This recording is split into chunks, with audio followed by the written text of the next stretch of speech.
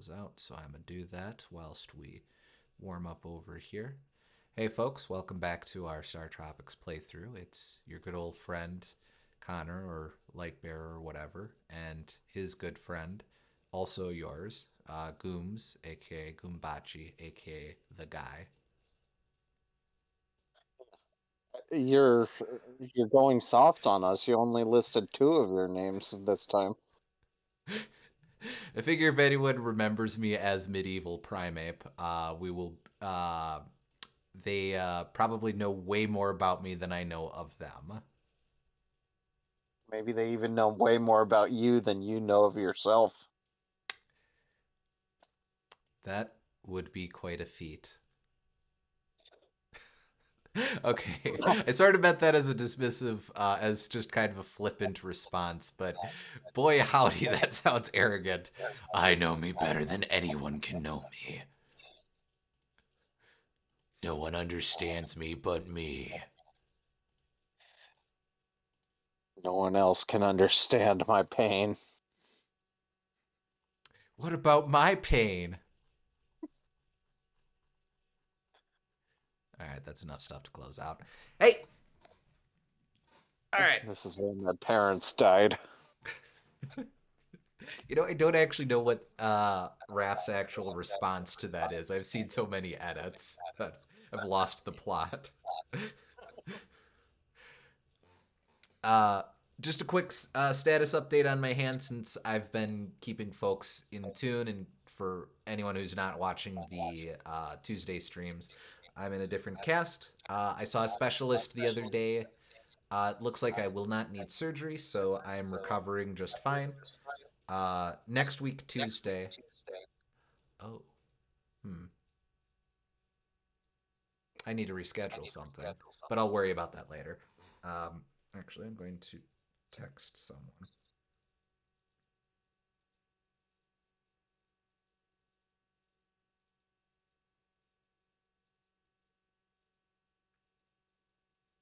Okay.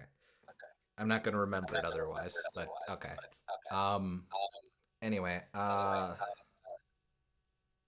think your mic's picking me up a little bit, Oh, Gooms. I'm sorry. No worries. Um, what was I going to say? I'm seeing a specialist on Tuesday. Again, I should get the cast off, switch to a soft cast splint situation, and start physical therapy at that time. So probably the next time you see me on stream, whether that's Tuesday or Friday, um, I should be in a different situation here. Still going to play it a little easy or play it a little safe with some of the games that we're looking at in the near future for live streaming. Like we just announced that we're looking at. We just announced on the Discord server that we're looking at doing a NES RPG for Tuesdays once we're done with Julep, just because NES is a bit more my speed right now. Um, if if you're interested, by the way, you viewer, if you're interested in deciding what we play next, be sure to hop on the Designing for Discord. I'm sure there's a link somewhere readily available, and vote in on that.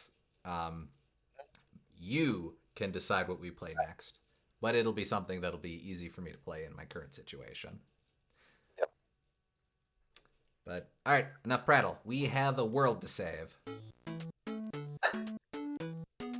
I do really appreciate that they give you the maximum possible health, regardless of how many um, heart containers you found throughout your adventure. So, like, it's impossible for you to blame it on, like, oh well, I wish I would have found more things before this point, and then I might stand a chance. No, you're put. Um, no matter how well you did up to this point, you have the same um, setup as anyone else that got to this point. So. He's, yeah, I don't think I clocked that, but that is kind of neat. Oh, hey, Jeppo. Nice to have you. Uh-huh. You must be talking about the, what was it, the Sonic Crossworlds trailer? I didn't see much of the what was it today? It wasn't State of Play. It was Summer Games Fest. I didn't see much of that today, but I did see that trailer. Yeah, I missed all of it myself, so Oh, maybe I'll right look into into it later. right into it. An illusionary image appears before you. You hear an evil voice. Oh, I guess this is me. I am the Prime Invader, Zoda. Come on, try and beat me. You'll be defeated like the Argonians. We'll destroy you. Ha ha! Ha ha! Come on, Mike. Come on. Your head is aching. You jam bananas in your ears. Clay, You shout, "Get out of my mind, alien scum!" And crisis averted. Xbox showcases Sunday, P4 remake is very likely. That's what it sounded like.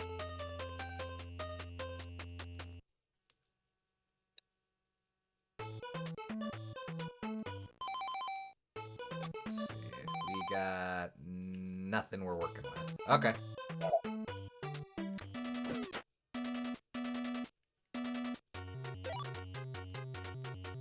See, it's a hands boss.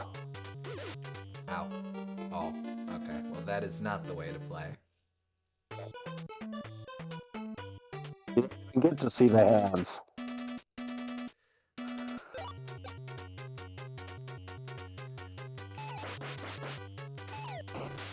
Oh. Mr. Eyeballs. There's the hands.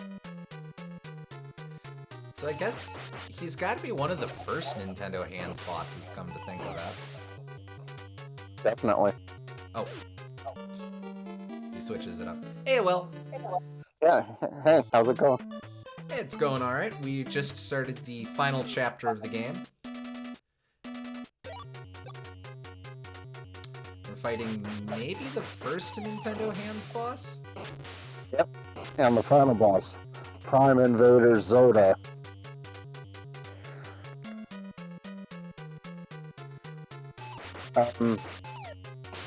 I guess Gamma from Mega Man 3 would have been first, but Do we count that as a Nintendo Hands boss? I mean, that is a, by definition, yes, but that's not a Nintendo Hands boss. no, I don't know what the but rules are. I've just kind of made them up on the spot. I think Gamma is probably responsible for inspiring a lot of the others. Yeah, probably. Alright, got him. Oh, maybe I didn't get him. What?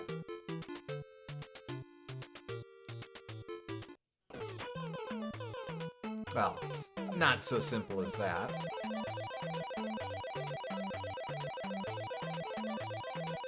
Yep. Ow.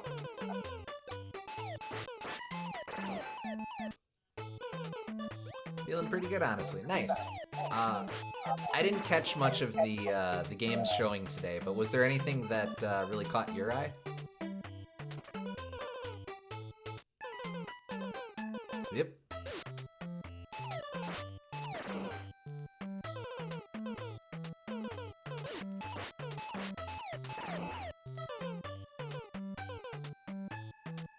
Later.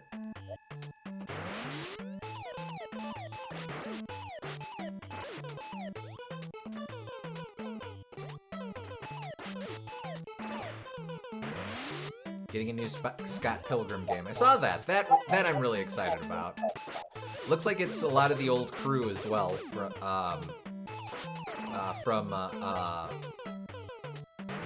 the previous game. Oh.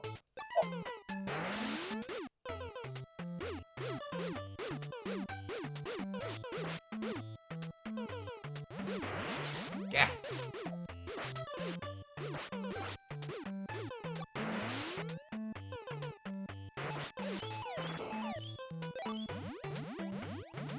Oh, dumb. Oh, hello. Oh, You crap. should have get that I, fill. I looked away to check chat and ended up making a bad life choice.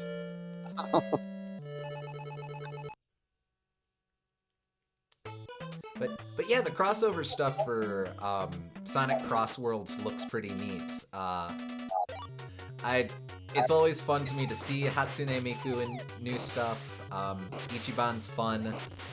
Joker, of course, I'm all about. Mother. I appreciate that they're taking a lesson from Transformed and being a little more diverse with the cast. And friggin' Steve and Alex is real. That's fun. Yeah. Do the stars do anything? When you get 5, you get 1 health. Mm-hmm. That's it. It's not They help not more in the early game. it's not a heck of a lot, but it's not nothing. Yep. Occasionally, you just get screwed over. Actually, maybe hugging the far right side is a safe zone. Yeah, I know the first Zelda fight does kill you a lot more than you would think, just because you have no health when you start it.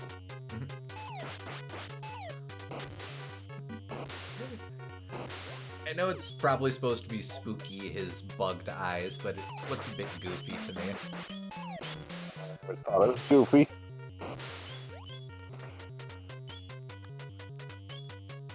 Like, this is the attack that you're going with? Eyeballs? Okay. He just Maybe looks it's so an alien pissed. thing.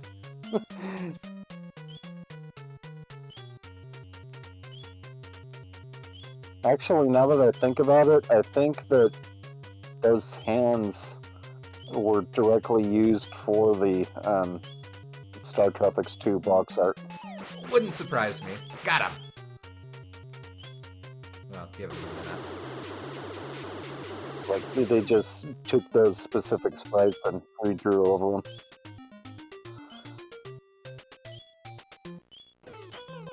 Now, they did actually create prosthetic hands, or like rubber hands, for the TV spot, so... Like, they had a model as well, of some sort, but yeah. It could have also come from that same model if they dated back far enough. Who knows? Oh, probably. I want Ace Attorney 7 so bad. Who would you focus Ace Attorney 7 on? Like, I know you could just do Phoenix again, but I feel like there's more interesting things you can do at this point. Much as I love Feeny, don't get me wrong. Yeah.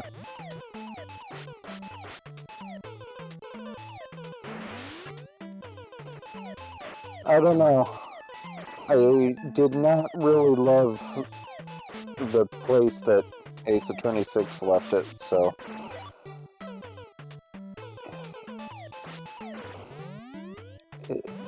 I don't really think, like, Apollo would be a good choice. I don't think Athena would be a good choice. So, Well, I'm I not don't sure. know. I know 5 was kind of Athena's story, but, oh, come on. And she just is barely in 6, and when she is, like, she has the worst chapter in the game. Well, yes. Alright, let's get drugs.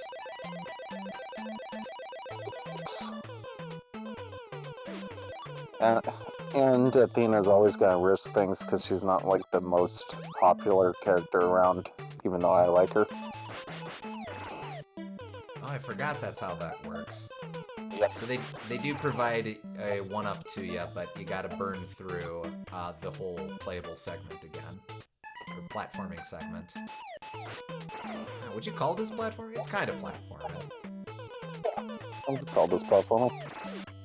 I think there are things you can do with Athena. I would sort of want to see them in exercise, or in practice, but...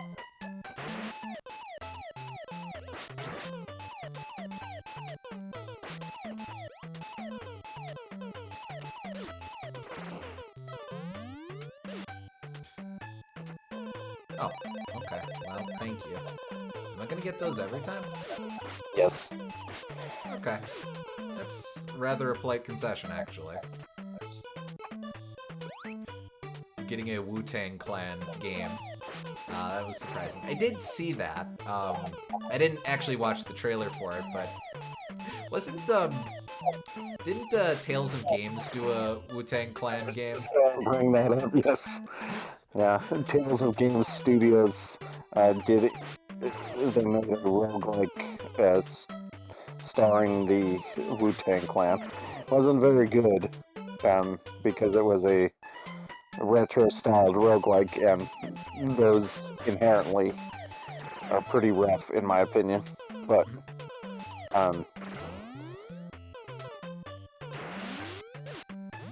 for the most part, anyway. But like, it exists, and it was funny. Oh, come on.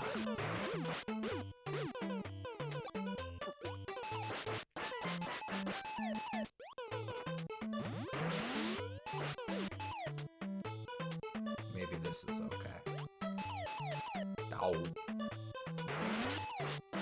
Oh, This is a cool use of the platforms too, because like they're specifically there just to make it annoying to stand there. Mm-hmm. Like, there's really no other reason for that square to exist on there except that it makes it a lot harder to aim for the boss, which is kind of interesting. And you even get to make a little choice of if you're standing on the Foley Party guy or you're dealing with the you're standing on solid ground but with dudes that keep spawning. Right.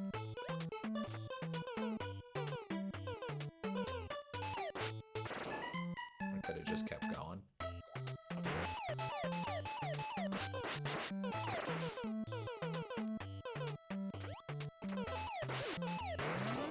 You can dodge all the window troopers, they just gotta be patient with it.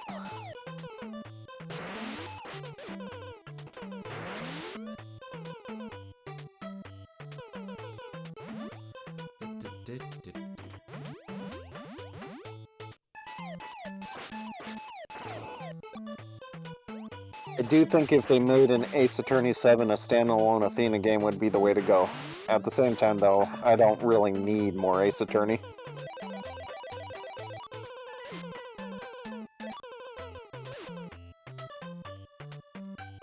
I would want a Ace Attorney Investigations 3. That's what I want. Would it be with Edgeworth? Well, yeah. Just checking.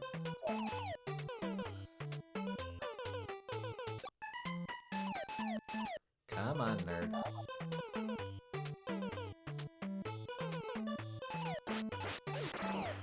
I very much miss Stick Gumshoe. Oh, well, that's fair, too.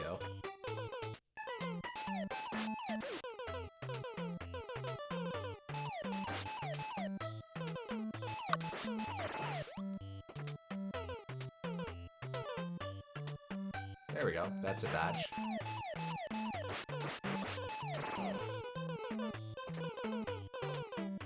Heck.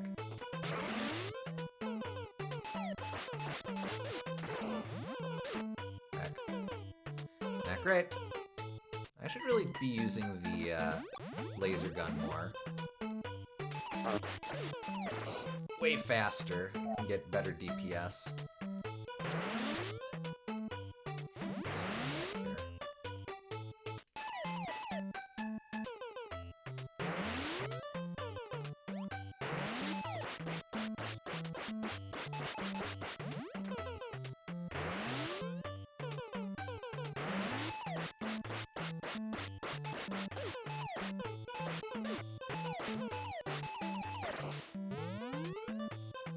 I'm realizing how sophisticated the AI for the troopers is, actually. They seem really good at finding the right spot to stand that's most annoying for you.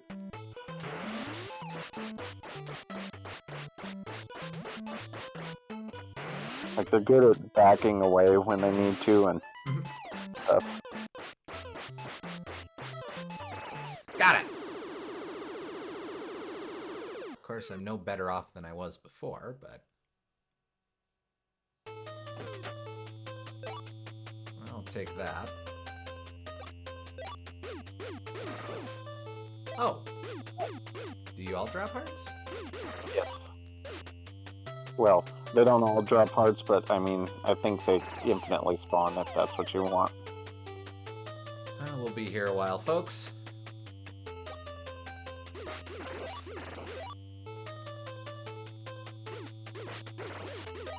Ah, man, come on.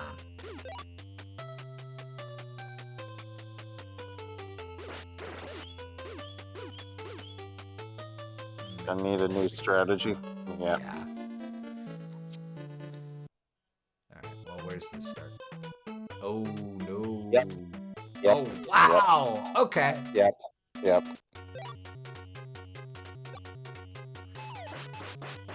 This is a very brutal chapter. You do have to face 3 bosses and also 2 gauntlet areas.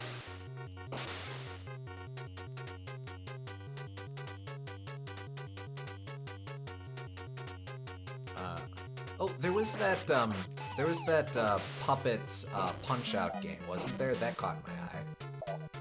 I saw the trailer for that. That was,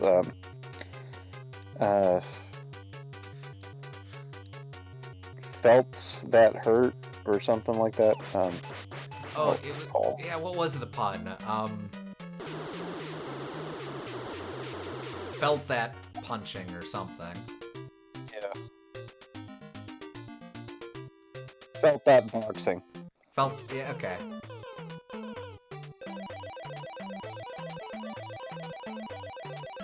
I mean, it's certainly a creative idea. Yeah. As we saw with Wade Hickston, Punch-Out lives and dies by the strength of its animation puzzles and such. And I mean, it did look visually really impressive. Like the lighting was really good, and like they did a good job at making the puppets feel really real in that game. Mm-hmm.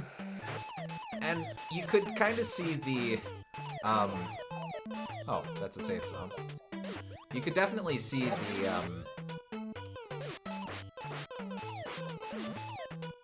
oh, I'll take that. What am I trying to say? You could definitely see, like, when the main character is doing the like doing the Dempsey roll or whatever against the other guys or his opponents.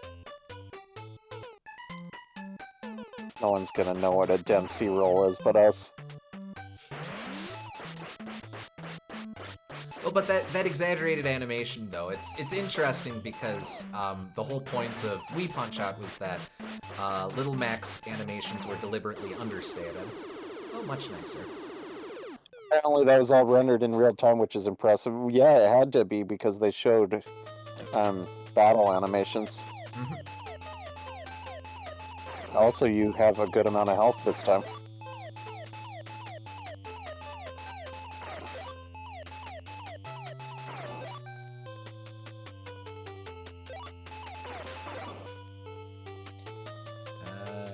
I won't. I should have been greedy. Oh well. Oh, this is the place to... Never mind. That star almost hurt you because you picked it up instead of attacking that guy. This is the place. Yeah, okay. Now free me. Free me! Free me! Free me! Oh. Alright, here we go. What a freak. He does what you do. He's got all of your techniques.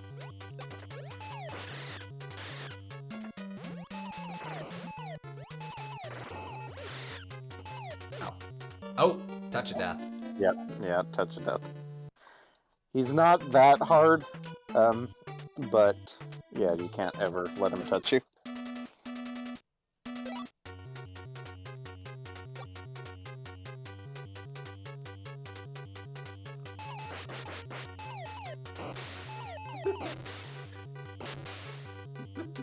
It looks like he's trying to pass something that just is not coming out.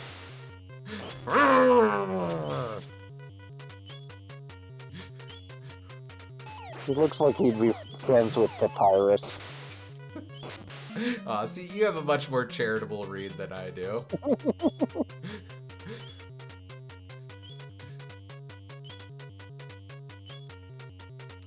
If he has all your techniques, is he actually Mike's shadow? That's a disturbing thought. And maybe the Zoda was inside us all along. I am the shadow, the true self. I've already forgotten the voice I gave him. Oh well. What's that?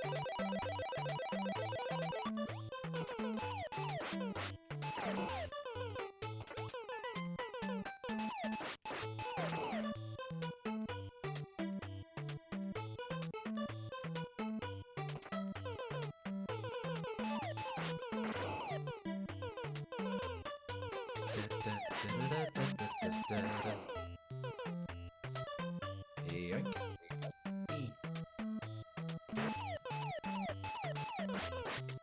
It is a courtesy, a nice courtesy that they will give you a full heal. You just have to reset your progress for it. Very interesting concession.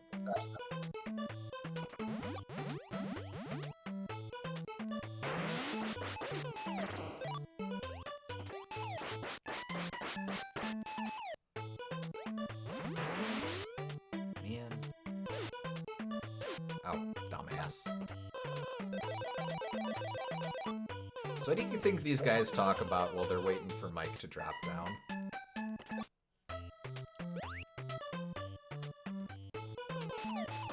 Because, like, you know Zoda is all like, alright guys, the kid might show up anytime, and at that time you gotta jump on him.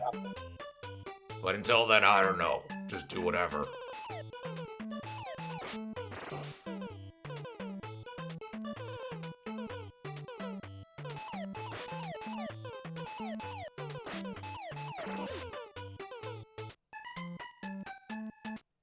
Talk about who's gonna be in Sonic Racing Cross Worlds. Yeah, probably.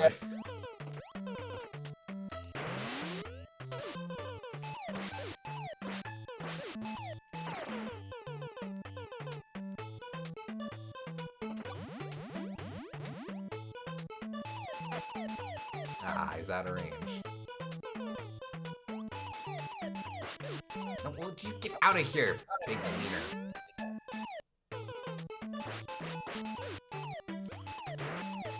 No.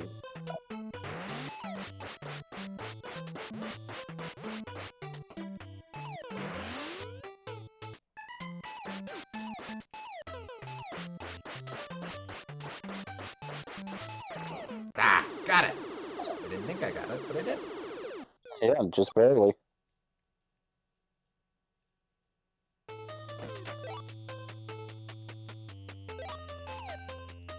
Alright.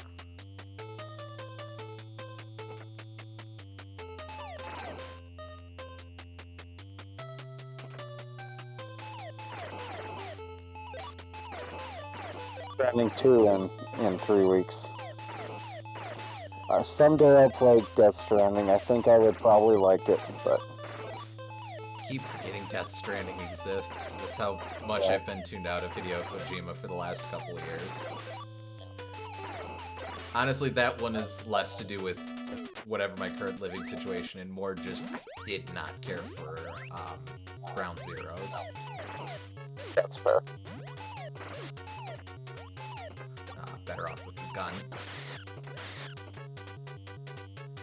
It's interesting because you fare way better being on the grid, but then that gets you right next to weird Fangorius Parasaurolophus here. You can... It like gives you access to like a spot dodge almost in how you can quickly jump across to the next area. Ah.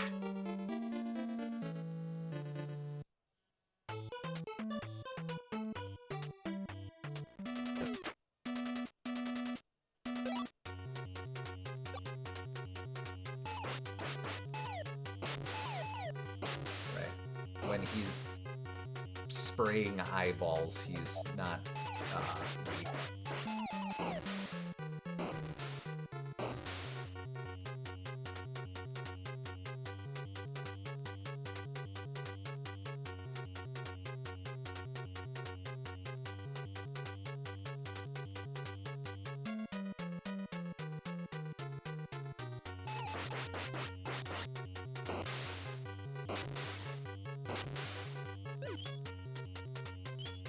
You think all of the guys in Zoda's invasion party can do that, or is that just him? See, only one alien is born at a time that's able to launch their eyeballs, and that's how they decide who the king is. They're Gerudo, except with eye horror. Yes.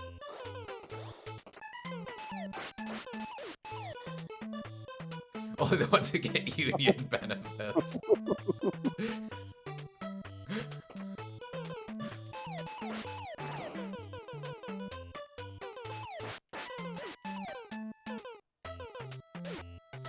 Damn, I should have jumped.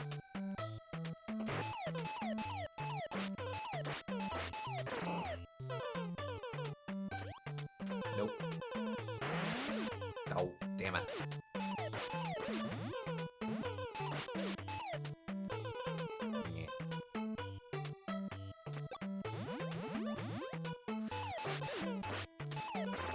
Not great.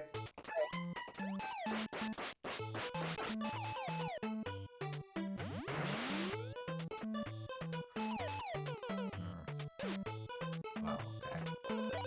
I think the enemies are paid to do this. I think it's probably more like a dictatorship. Or, like, forced labor. I guess even in a dictatorship they would be paid in a lot of cases, but I think in this case it would be, like... Well, they're basically stormtroopers, so they were probably cloned specifically for the purpose of being soldiers.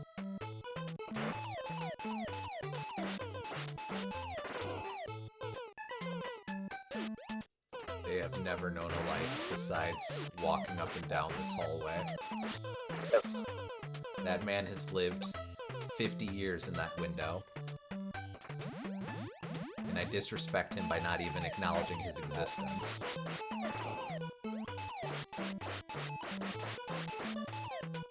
As a child, I yearned for the window.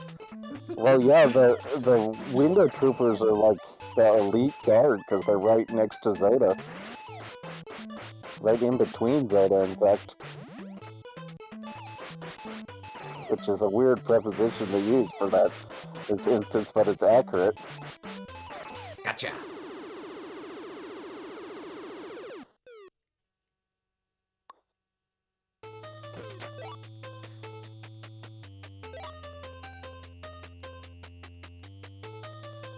So what are those exactly? Since Zoda's spitting them out, are they like his hairballs or something? No, they're Zoda spawn. Oh, there's babies. Yeah, that's actually their name, so there you go.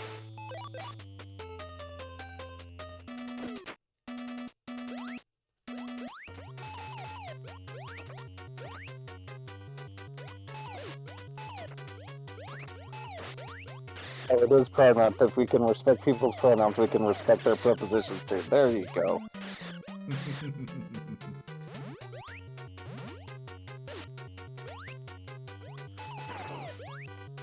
Oh, he left. Just temporarily. You doing okay there, man? No. Need to talk to someone about it, buddy? I'm just going to the room, okay?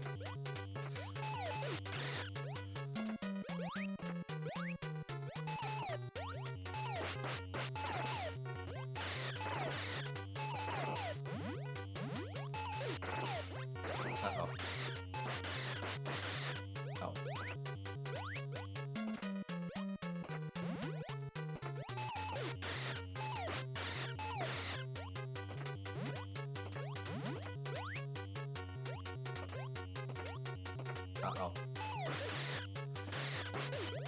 Ah, crap. Ah, darn. You'd be struggling too if you kept firing projectiles out of your stomach. True. I don't know. Kraid seems to be okay. I don't think those. I don't think those are meant to be there, though. I think he's just ejecting splinters from his belly. Oh. Ugh, real nasty splinters, too. In Kraid's case. It's got, like, viscera on them and everything. Like, that's leaving him in for too long. What am I saying? I'm gonna get you.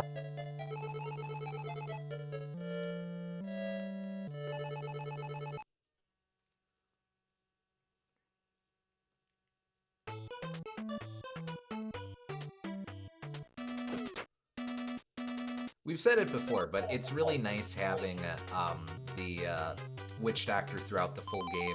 Oh, excuse me. Reassuring you the whole time. But it's especially neat this late into the game that when we've fully gone from fantasy to sci-fi, to still have her there encouraging us with the same words.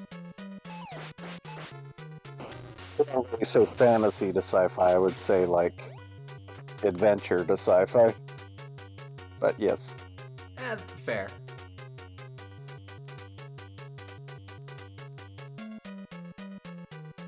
Like there's fantasy elements, but there's fantasy elements in the same way that there's fantasy elements in Indiana Jones. Yeah, that's true.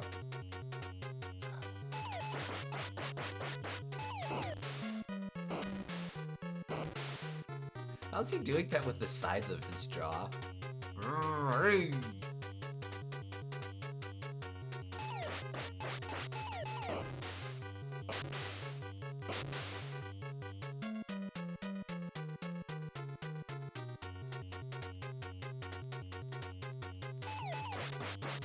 Gotcha.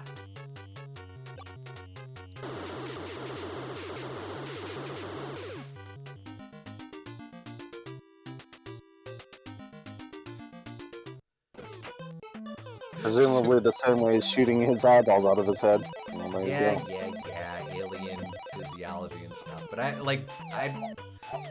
can at least somewhat imagine the muscles you'd use to eject your eyeballs from their sockets. Because they're the same muscles you'd use to sneeze. But I struggle to imagine how he specifically moves parts of what musculature would be required to remove that part of your jaw only. But you aren't concerned about the muscles required to regrow his eyeballs after he launches them?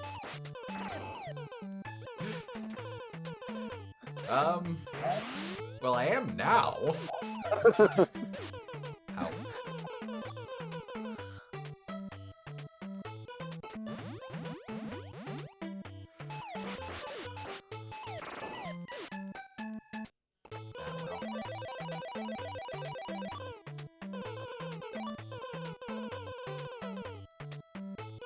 I appreciate that one differently colored stormtrooper there.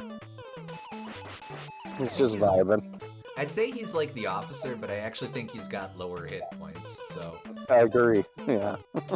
He's a junior member who's allowed to sit at the big kid table. Yeah, he's the intern. They're using that room for training. Oh.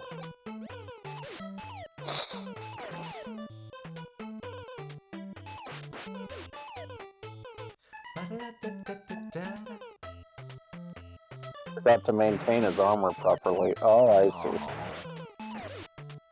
Well, now that's kind of sad. Oh,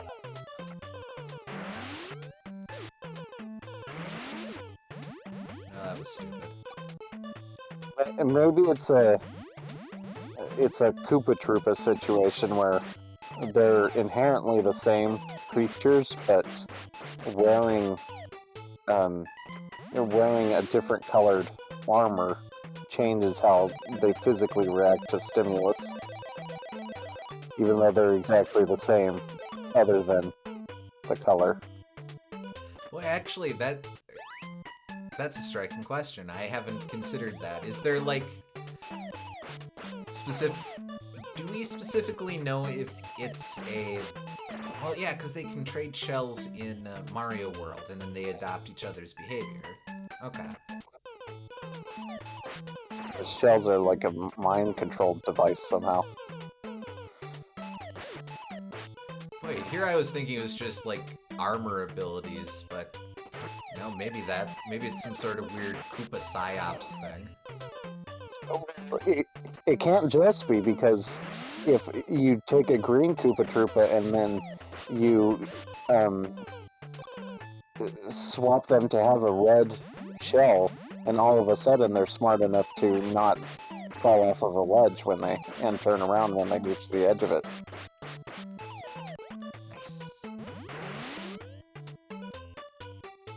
Or maybe they're just not like authorized to not fall off the edge unless they're wearing a red shell, and they value Bowser that much that they're like, I'll do this for the cause.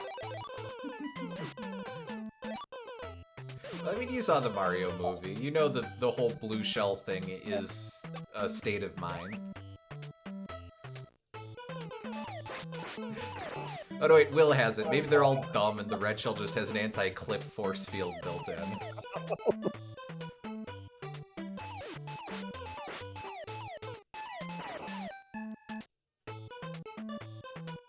It also grants the yellow Koopas the ability to jump, which is...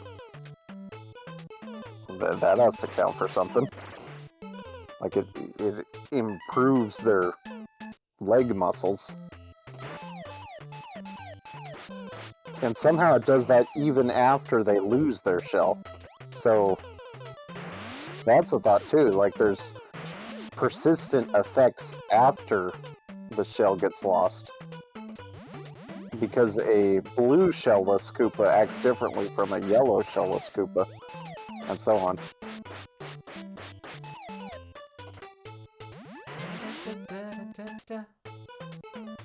Like, the blue ones are the only ones that can kick shells, and the yellows jump when you jump near them.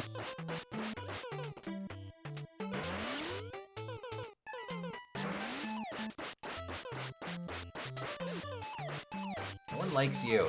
Go troop somewhere else. Fine. I'm gonna jump in a hole.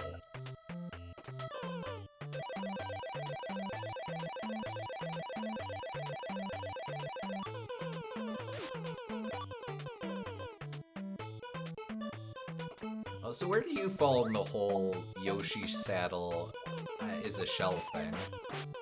Like, is a Yoshi saddle, or is a Yoshi saddle a shell? My answer to that is porque no los dos. Well, I mean, sure, but are they shells used as saddles, or are they saddles used as shells? I don't know the concept of a saddle used as shell. Well, So it would have to be a shell used as saddle. Well, okay. Asked and answered. Face tank, baby.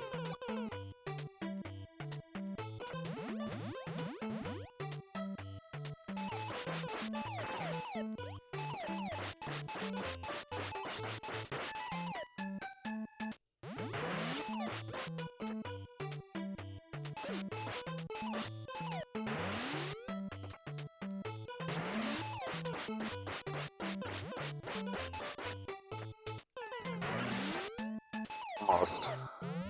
Ah, easy peasy. Oh, maybe not.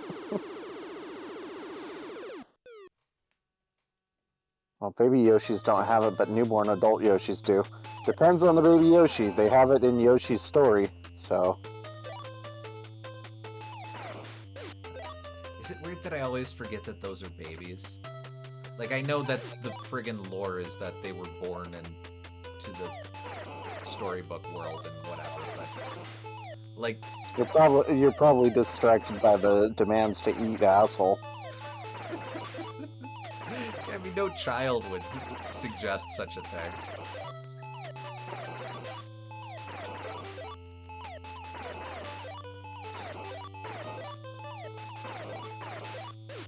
Nah, man. Okay, fine.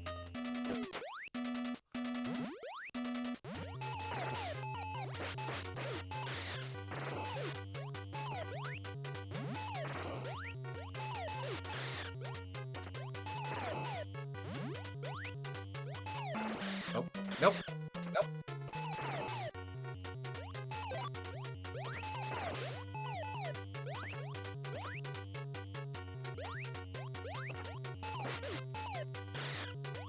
I like that Zoda made this cute little arena just because he thought it would be fun. Let's have a hopscotch battle, come on! I don't get to jump a whole lot these days.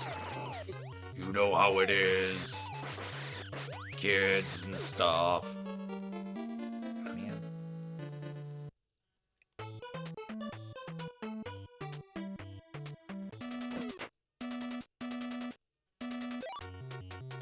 Yep.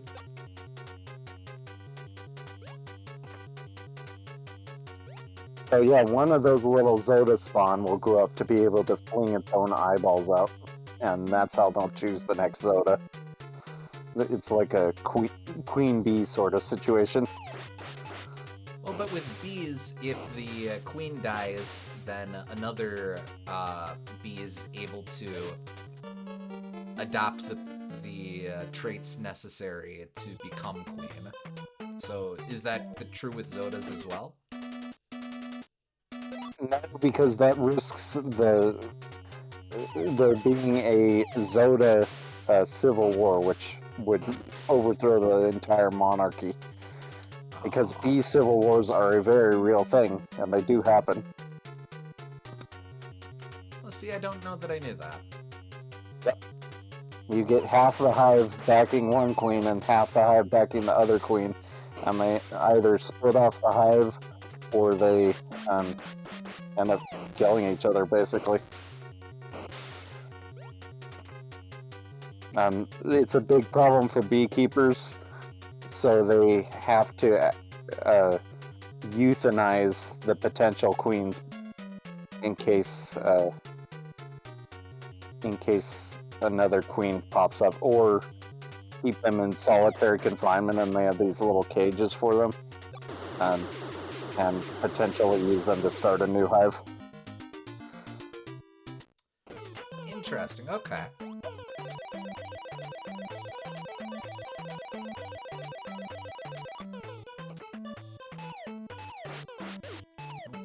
Out of here. Go constrain yourself to... No, don't respawn, dumbass! The nerve of some of these guys. No.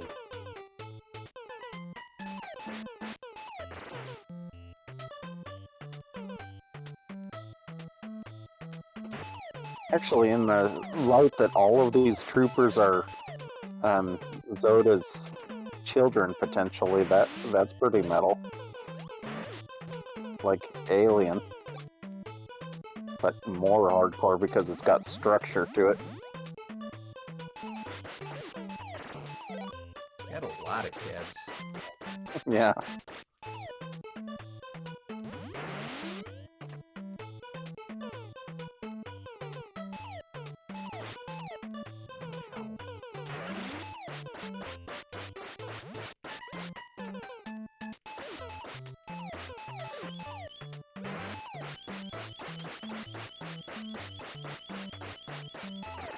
Gotcha! Nope! Holy moly, that would have been awkward. Of course, I'm on low hit points. No.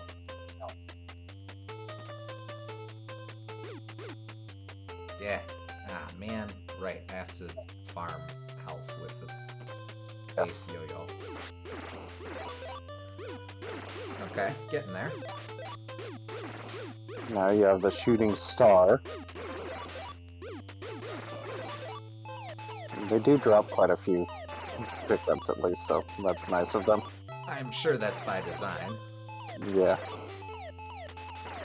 this game is well made. Yep.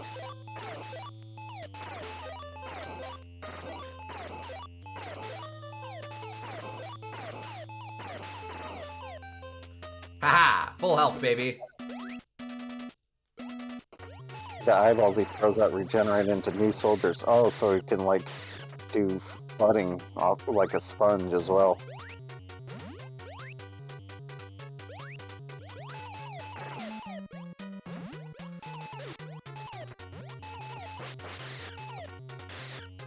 Do you think SpongeBob is an alien invader?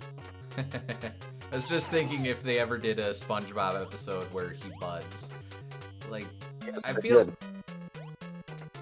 Which one was that? I don't remember.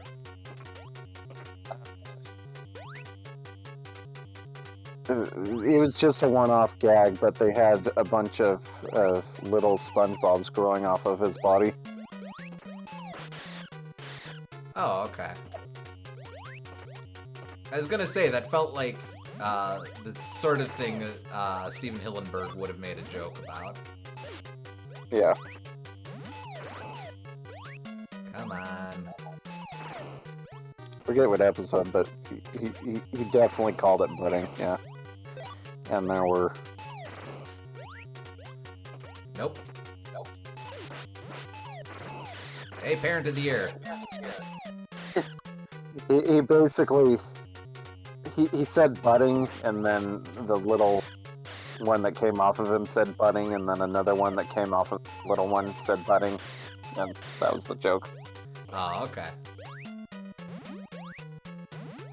Nope.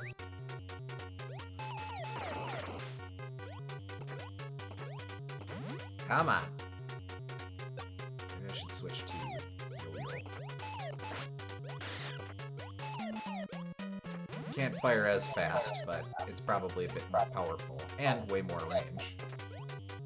Remember in the last episode, there was a scene where he split into 16 smaller SpongeBobs, and he reformed into a single one. Yeah, there was that too. Oh, okay.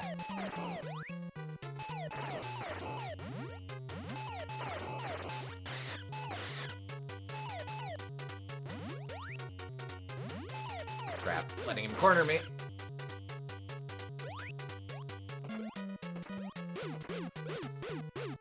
Well, now I have to. Feel like coming after me, punk?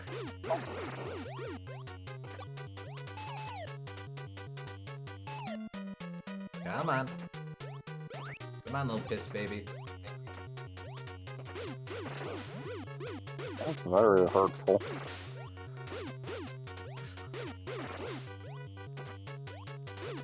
I am neither piss nor baby.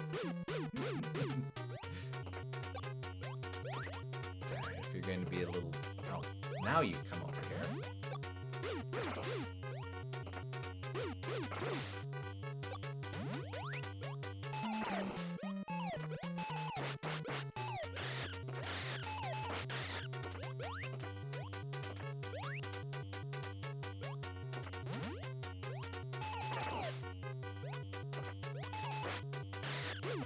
Ah, hell.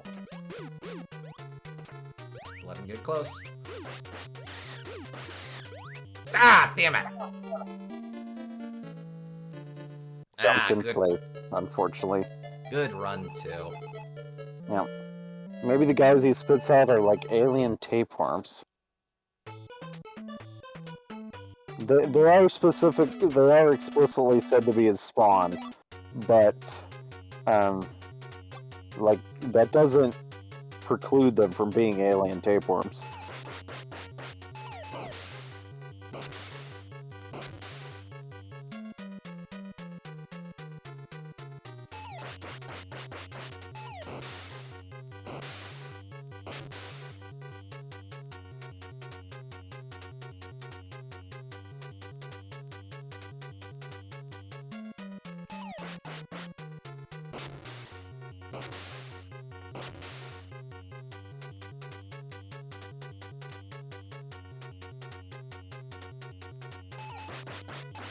Got him. Do you think Zoda's actually female and just like a trans man? or is it like more of a seahorse situation? See, I assumed seahorse.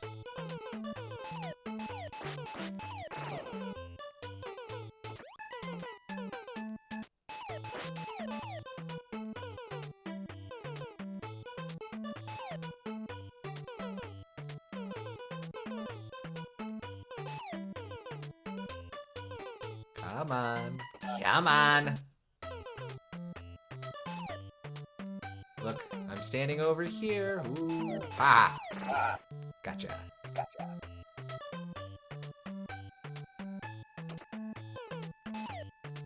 Seahorse makes sense to me. Which begs the question, like...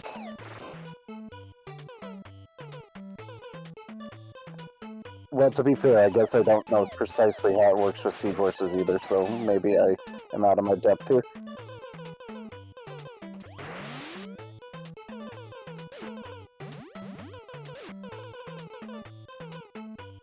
Well, male seahorses, it happens happens as a necessity, right?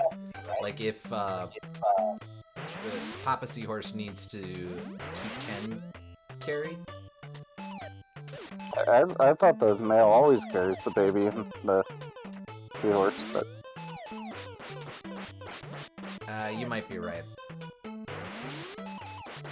But, maybe... I don't know, maybe the takeaway is that Zoda just does it as a biological necessity, too. So, this is to say that that Zoda is a complete lame-o who cannot get a day amongst the Zoda race.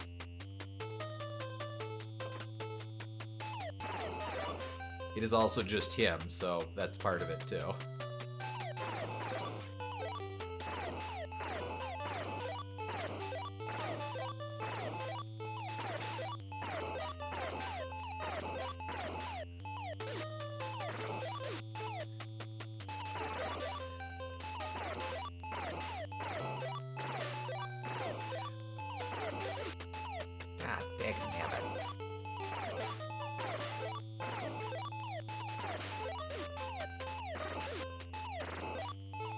Zoda, tell your kids to stop already.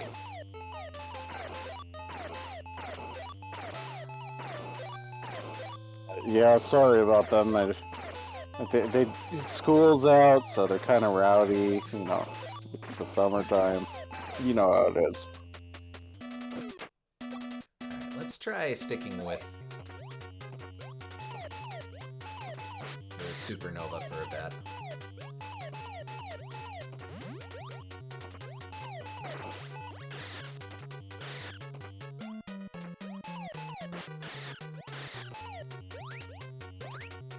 Nope.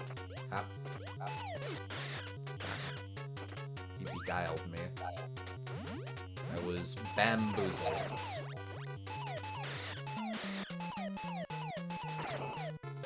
No, I don't want to hang out with you. I note that his kids stopped dropping pickups in... Oh, never mind. Well, they don't drop it nearly as frequently in here. Nope. Yeah. Nope. Nope.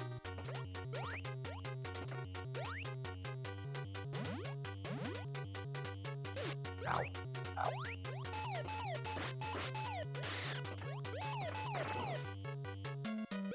What you gonna do? What you gonna do? Damn it. Okay, fine. Time for guns.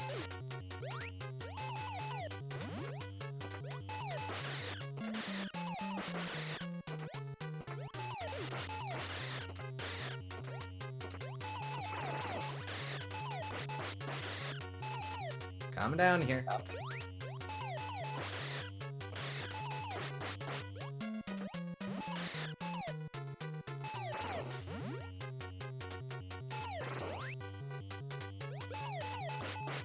Nope, nope. Out of here.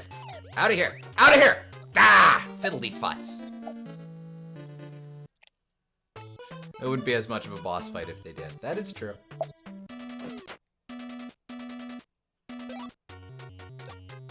How come you never say futsity fiddle? I've been canceled before for saying it that. Fair. You would not believe the type of offense that carries in certain jurisdictions.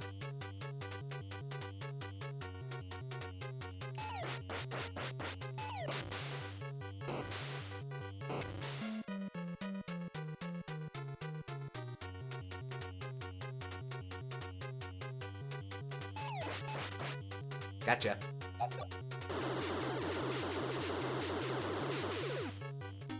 I feel like base yo-yo is faster, but it might just be that you don't have lag on that one. Yeah, it's just that you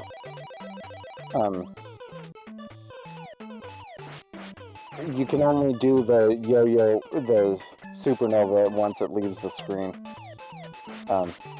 It's like the like how Mega Man shots, you can have 3 at a time on screen. Oh, okay.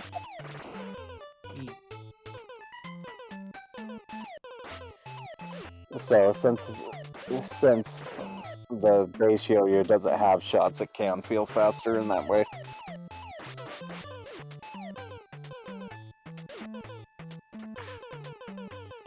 Base tank, go! Damn.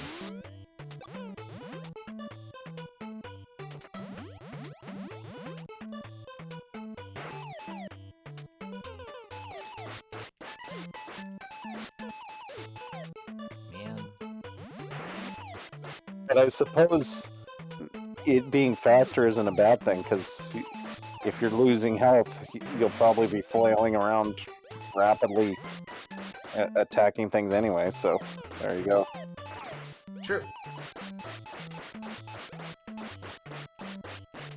Come on! Ah! Ooh. Why? Oh, that one was on you. Yeah. Ow. Ow! Jerks. Da-da-da-da-da-da-da.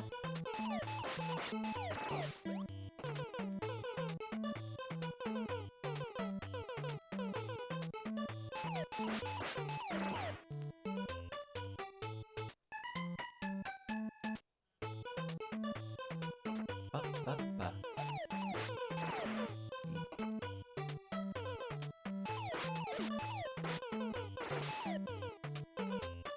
I like how this little gauntlet encourages you to keep trying and just not give up and kill yourself on purpose if you lose a lot of health, because doing so would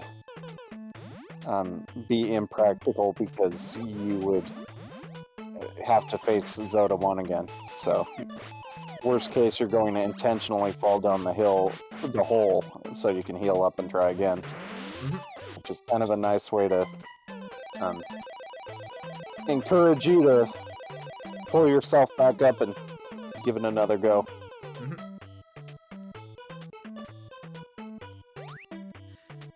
Yeah. Like, in terms of raw lives you're losing, you're probably losing a lot less lives on this stage, but that doesn't mean it's less difficult, because you effectively reset every time. As we've said before, this is a great game for really encouraging you to try a lot of things within this old school design mindset. See you later, Will. Glad you could join all right. us. Catch you later, Will. Thanks for hanging out.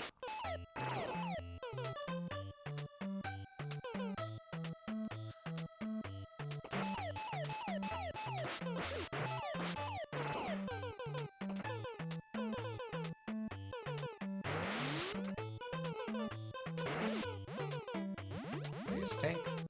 See you later.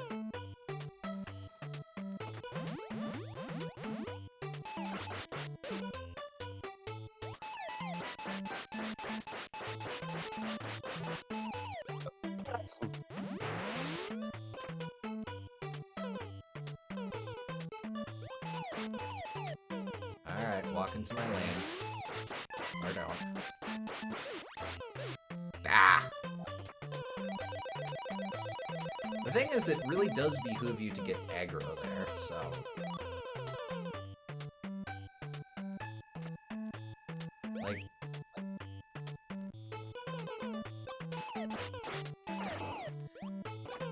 Like, what I'm doing ain't wrong, I just, I can stand to be a little quicker on some of my inputs, but...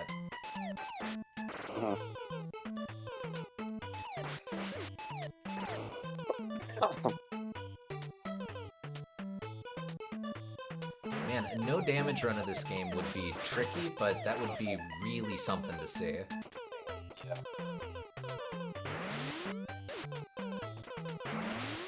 Faster to FaceTime.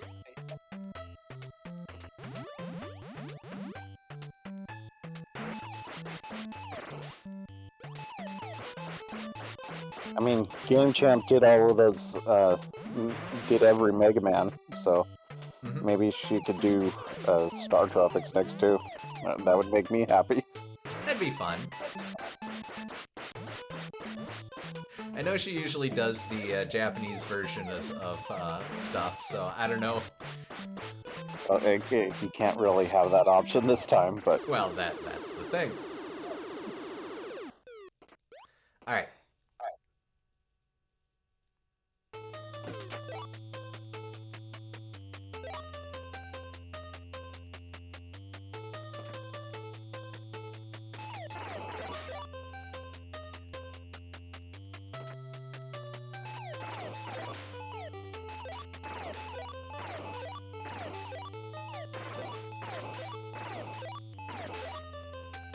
Ah, dang. Should have waited. This is gonna be a bad run. You don't know that. It's true. I don't know that. You still have a lot of health. Yep.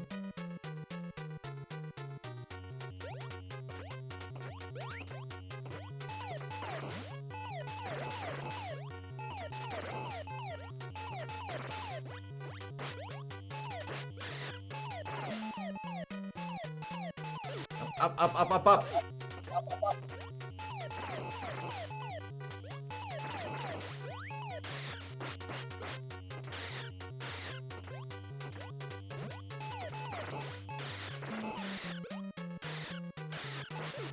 Ah, man. Okay, fine.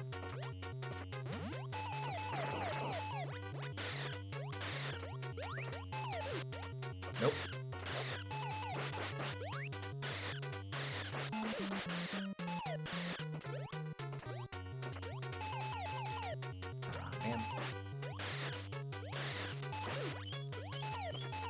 Cutting it close. I'll take that. I don't think it'll help, but... Probably not, but we'll see.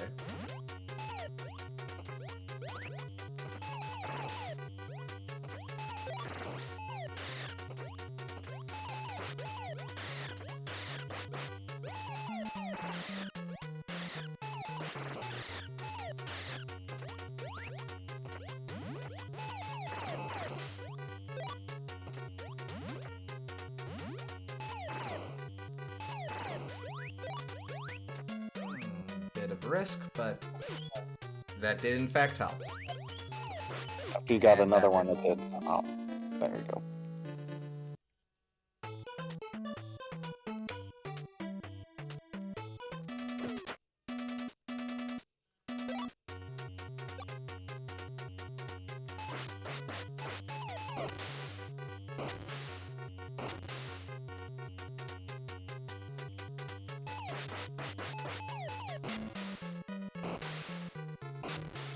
Wee.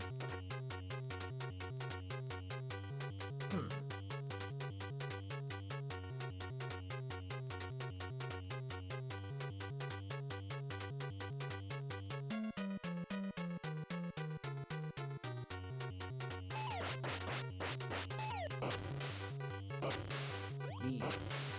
Okay.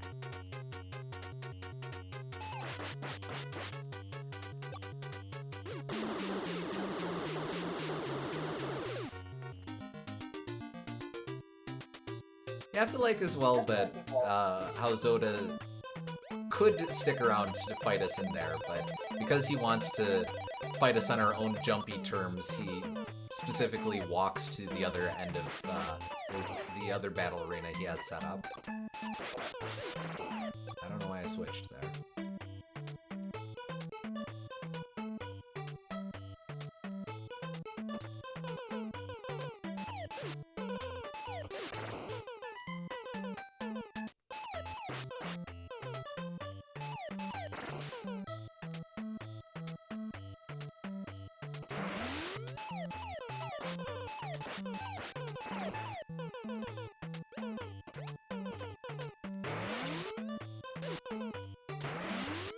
Touch of Death definitely does more damage than the shots do. That's interesting.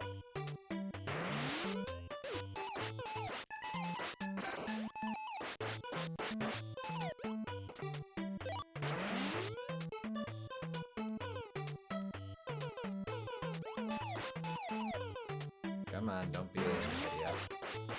It may not be touch of death, only touch of severe pain, but still.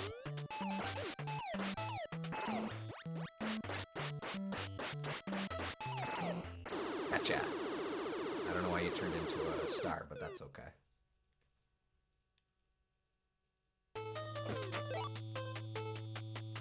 He's gonna be a star.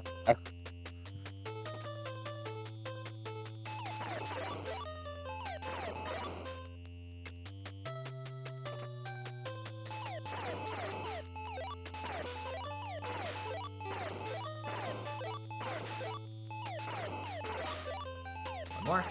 Oh.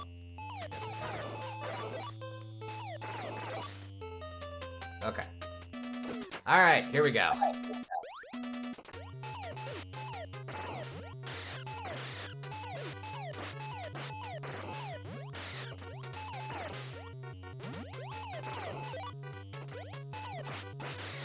Ow, why?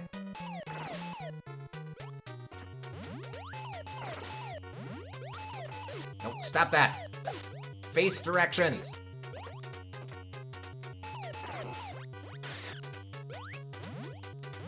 Oh. That child just wasn't feeling it.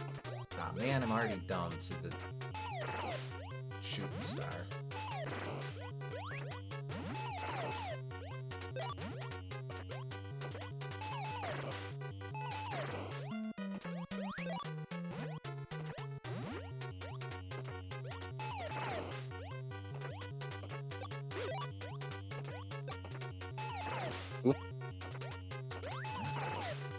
Every bit counts.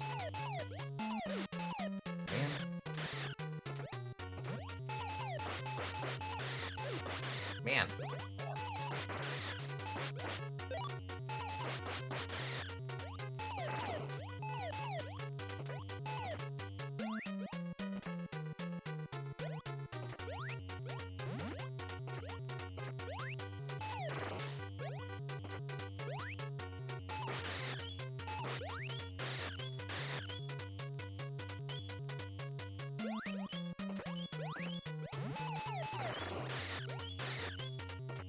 Ah, damn it. You read me.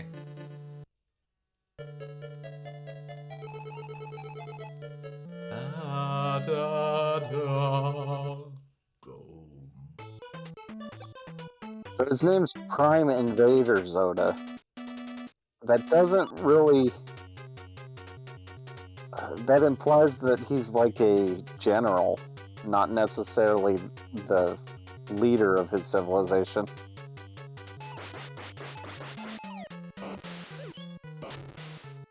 You wouldn't be like the Prime Invader if you were also the king, I wouldn't think, or the Emperor. It could be an external title, like he's known to the Argonians as Prime Invader. That's a good point.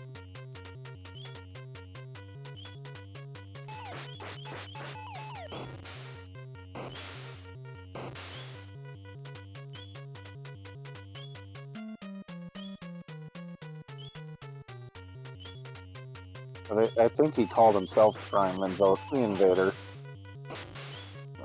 in his little speech there. Maybe he owns it. Yeah, if he's going to be called evil, he's going to embrace it. I can respect that. Better that than try to claim you're one of the good guys, actually.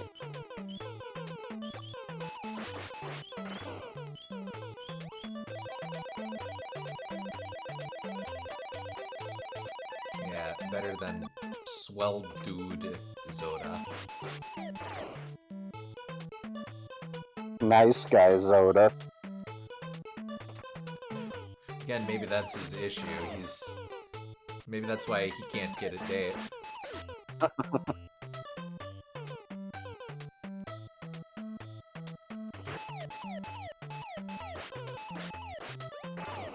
Hey, there we go. I mean, it looks like he reproduces asexually, so I wouldn't think that that would be a concern, but maybe it's just the romance he wants. He can be row ace. Yes. I think that's how you say it. The word is aloe, but yes. Oh, okay.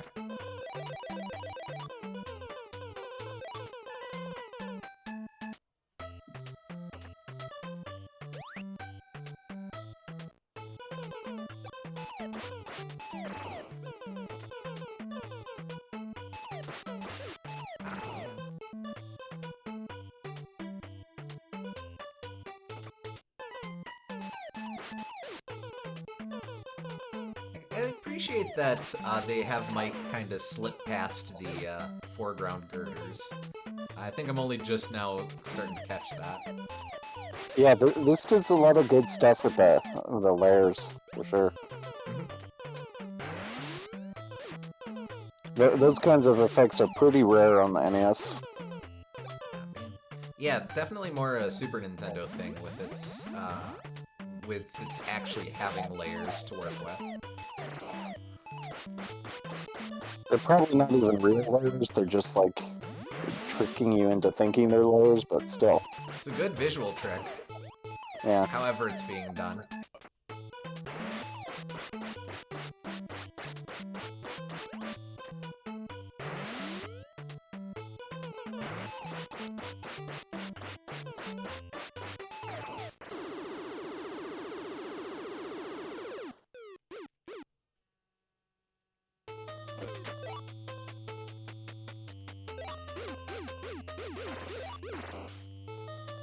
No, no. Go spawn somewhere else.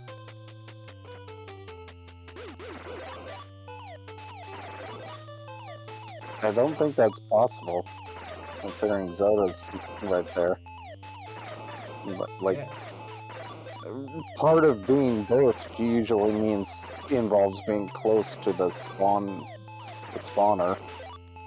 They should have picked a different spawn point, that's all I'm saying. Aha! Best possible situation.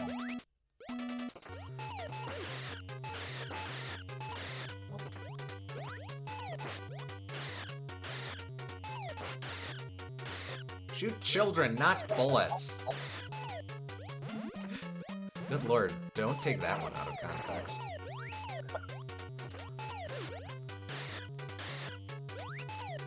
Max Link 2025. Shoot children! No!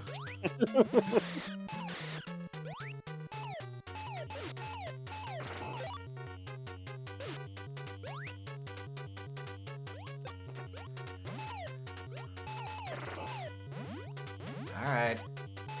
Yes, yes, you're very fancy.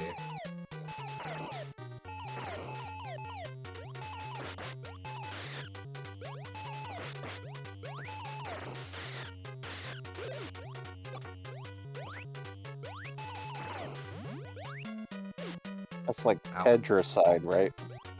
The killing of children. I don't know that I know the specific word for it, but that would be correct. Yeah! Stop following me!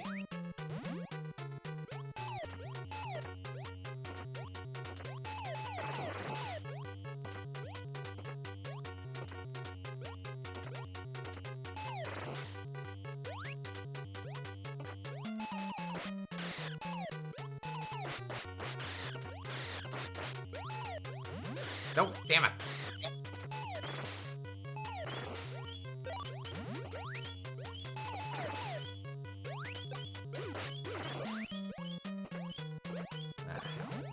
Don't worry about the health. Just try and kill him.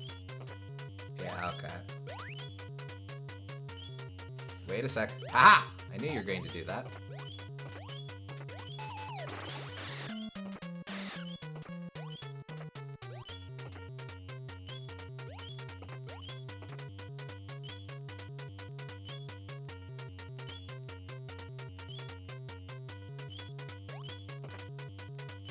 Dude, chill.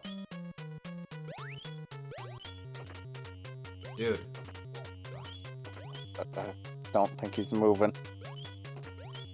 Well, he should.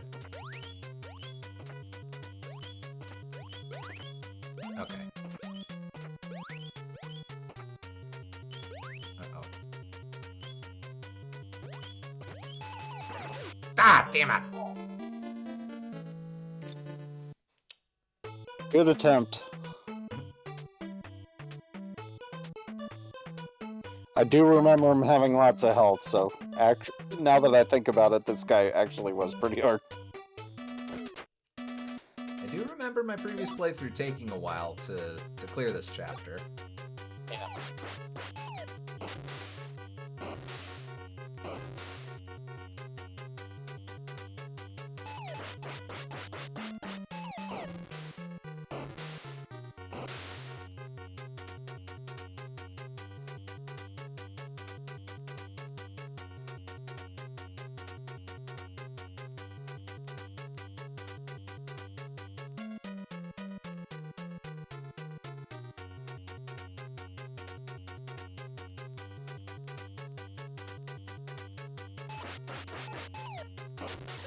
Yeah.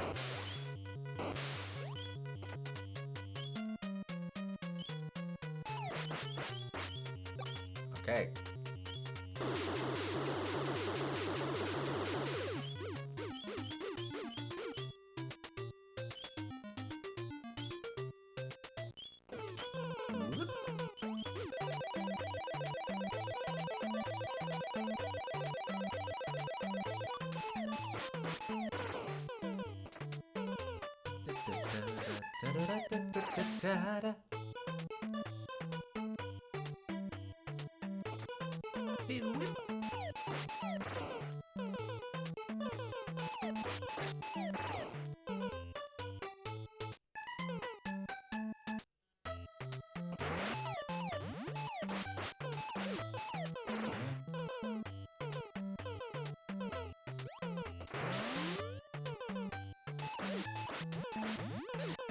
Okay, fine.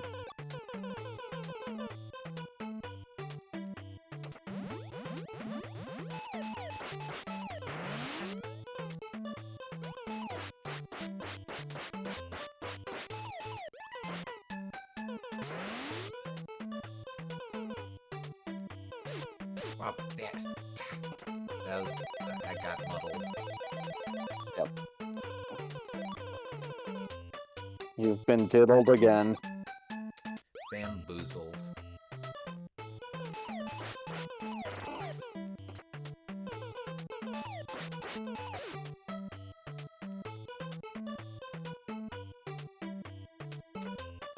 Whoop.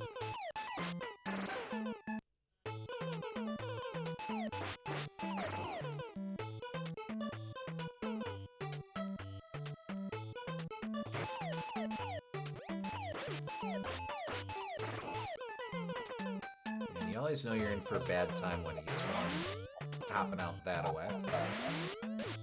Okay, good. Face tank is nice.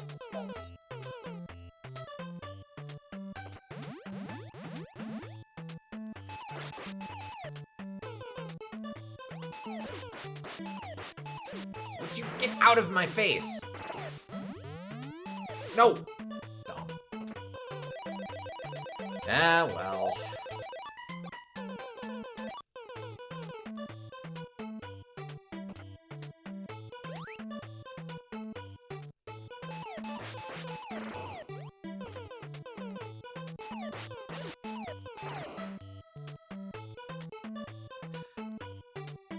So do you think there's any relation, either in-universe or out-of-universe with F-Zero's Zoda?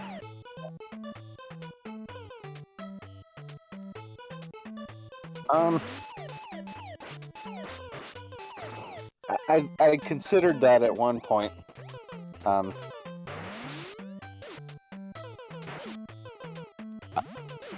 It's probably not intentional. Like they're probably just both Yoda, but not. But it is a fun coincidence, and I like to believe that it's an intentional reference, even though it probably isn't. I'll be honest, I never considered that Zoda sounds like Yoda. That's fun. Yeah.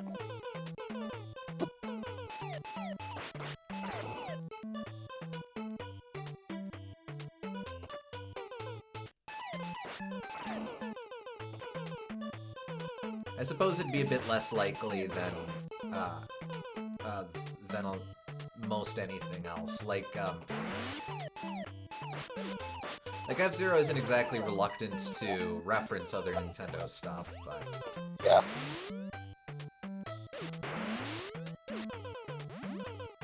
I mean, from what I understand of the F-Zero character, he is quite a bit different. He's like more of a lackey type character, so... Depends on the incarnation. The anime makes him a lackey full-time. I see.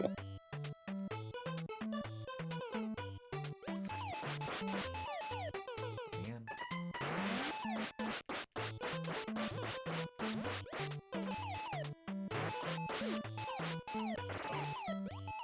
There we go. Easy straight.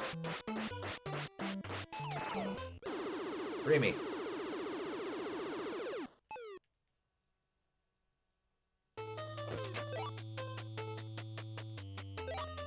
Alright, here we go.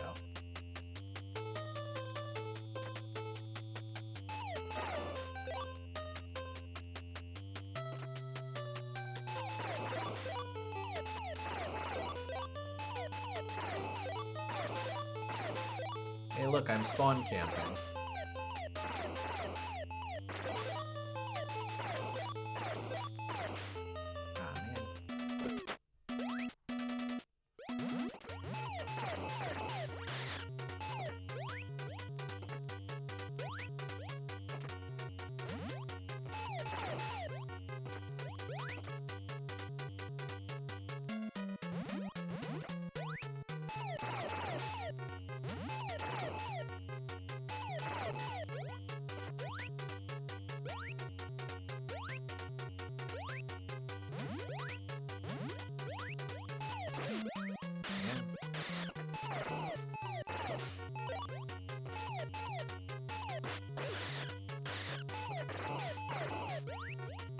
Nope! Ah! Damn, I got greedy. Damn it, pissed that all away. Over 1 star, too.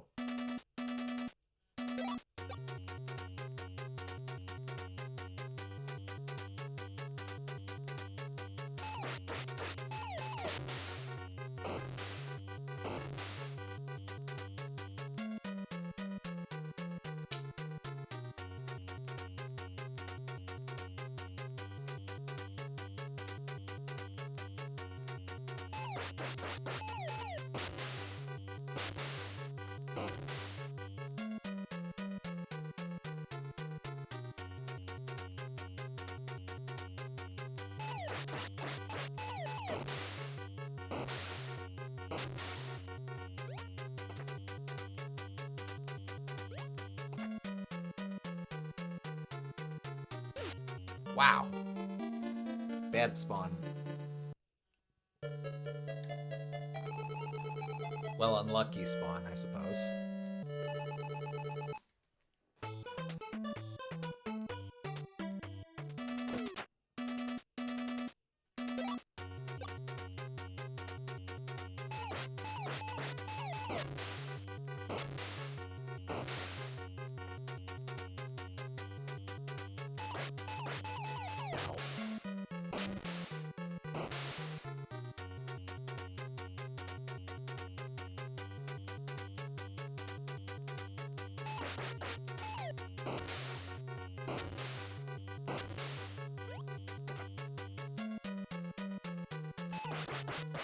Got him. Alright.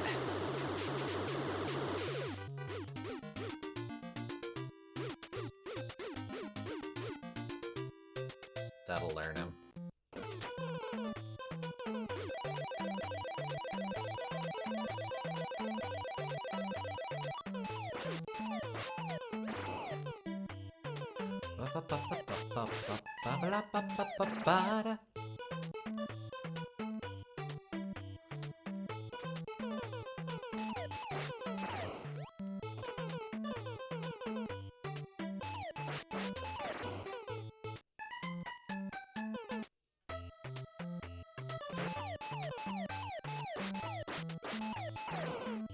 Nice.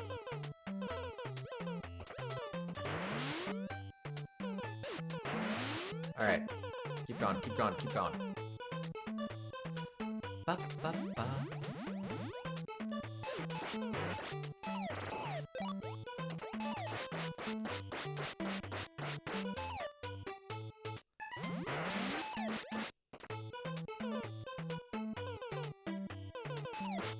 Ah, damn it.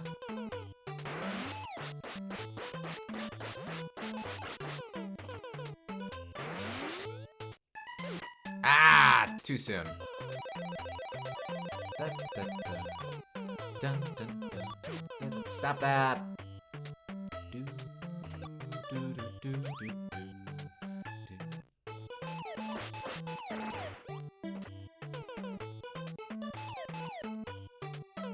So what do you think you're actually destroying as the second boss between these two Zoda fights? Reactor core? Heart of Nova? It's some kind of engine or something, but like it's tied to opening the door. Maybe it is like the main power source, and so that's kind of neat to think about. So then that last fight is actually being done in free fall as we descend from the cosmos. True. And it does have like the lights go out when you beat it, so I always assumed it was some kind of engine or power core or something.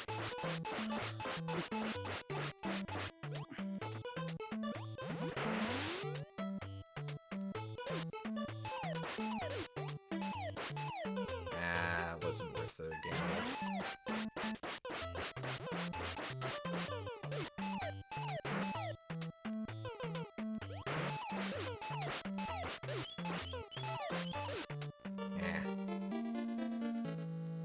Tried seeing if I could get aggro enough, if that would work, but I guess not.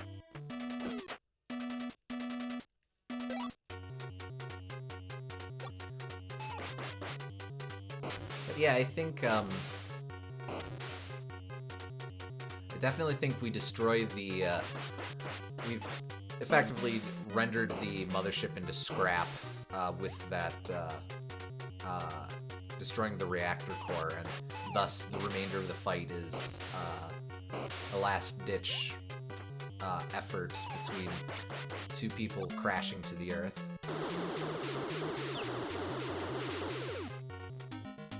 And a shit ton of alien babies.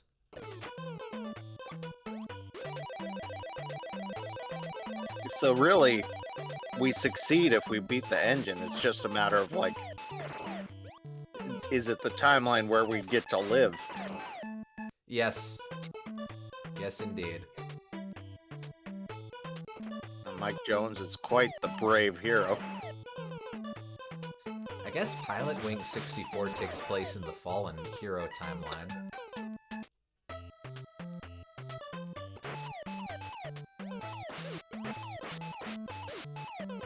Hell. Hell. No. No, why? Bad.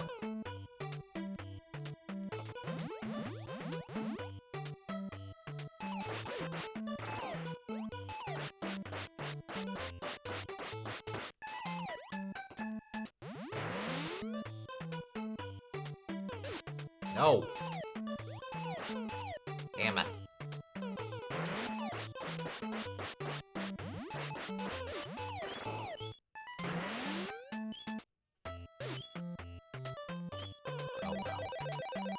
for the best.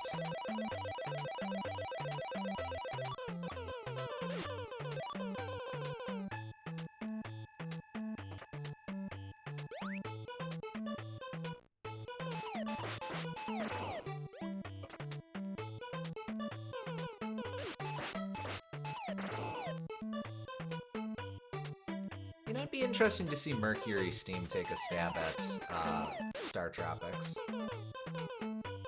I don't know that they're the right Western studio to do it, but Who? What did they Mercury. make again? Mercury Steam was the Metroid revival. So Samus Returns and Dread. I haven't played either of them, so I'm not sure. But it's just important to get that balls to the wall kind of difficulty, I think. For sure. And like Retro could probably do it.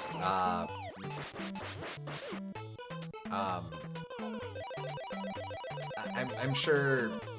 I'm trying to think of all the different Western studios that Nintendo actually collaborates with. That isn't just in-house. Well, there was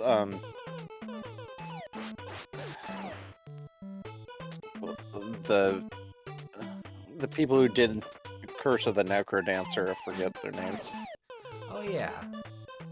Oh, that's interesting. See, Because they did Cadence of Hyrule. Cadence of Hyrule, yeah.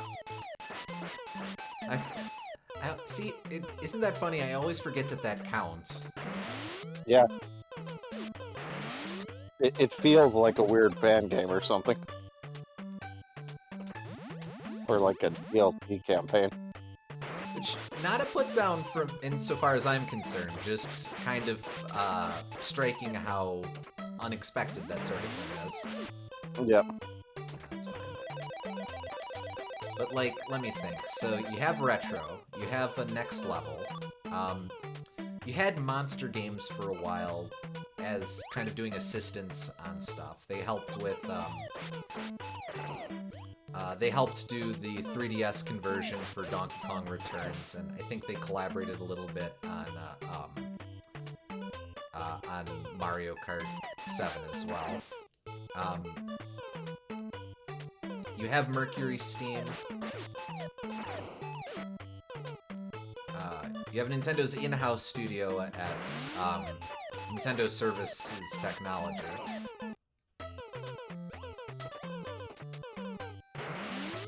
I'm drawing a blank on who else they got.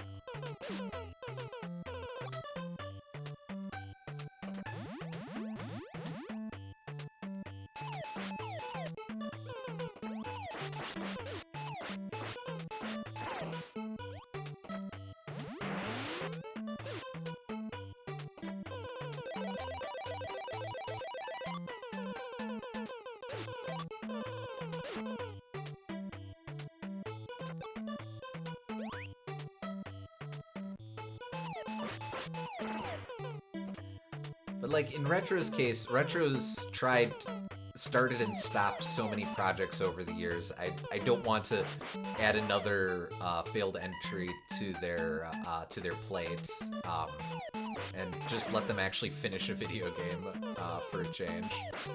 Yeah, that makes sense. Next Level does great work, but they only do stuff once every 3 years, and they seem to be doing mostly Mario stuff these days. Not to put down, because they have some of the best animation coming out at Nintendo, but...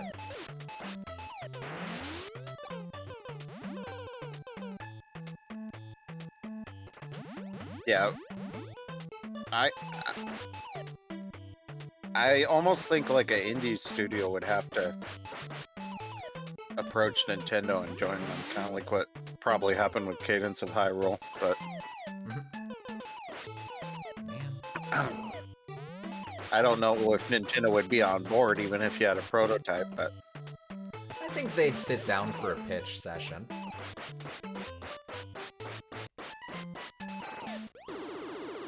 They wouldn't at all be likely to propose it, but they'd probably listen to a pitch. Oh yeah.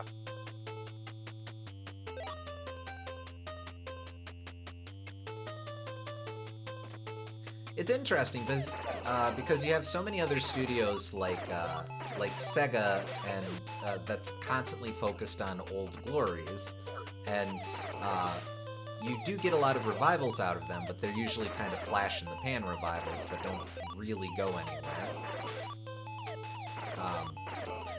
Nintendo appreciates and very much respects its history, but it doesn't really have that same relationship with its past, where it's likely to just pull something out of the ether and go, we're bringing this back. Yeah. I mean, I know that's how certain developers were able to choose to specifically work with Wario in the past, or like there was another project that was kind of like that. Well, I believe Retro wanted to work on Donkey Kong after Metroid. So yeah, I think it's a I think it's a matter of like if they have the rapport with them, then they can do kind of these secondary franchises, but StarTropics is so tertiary that they would have to be well established with Nintendo, I think. Unfortunately, yeah.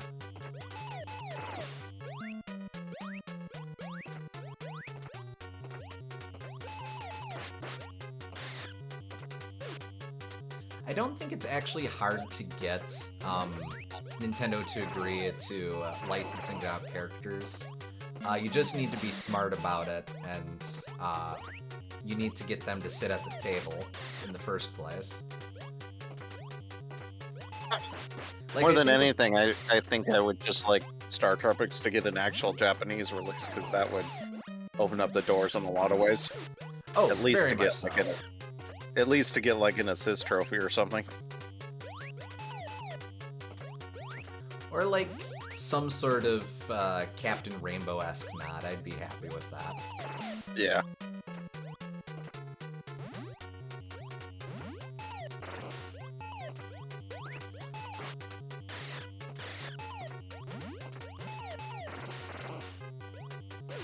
Oh, come on.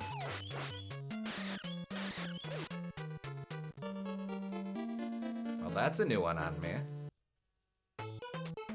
You jumped between them. I didn't know you could do that. Mm-hmm.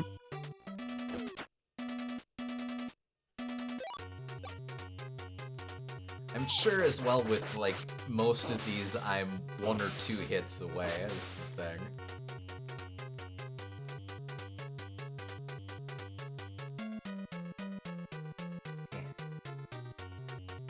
You could be, but I know he's especially bulky for a boss, so I don't know for certain if you are. I think you have to get into a rhythm where it's like you basically aren't taking damage from him and are able to cycle him.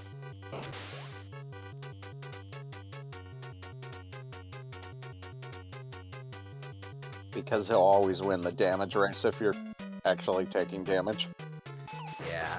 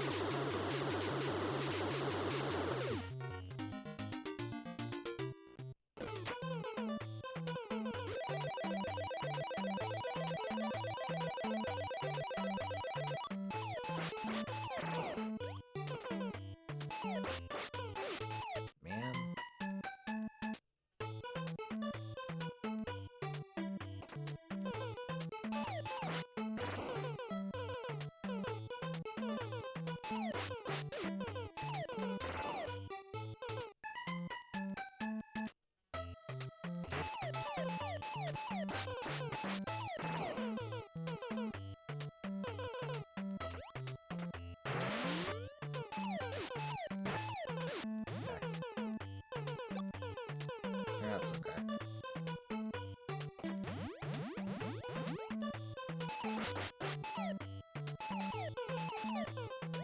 Come on. Ah, waste of time.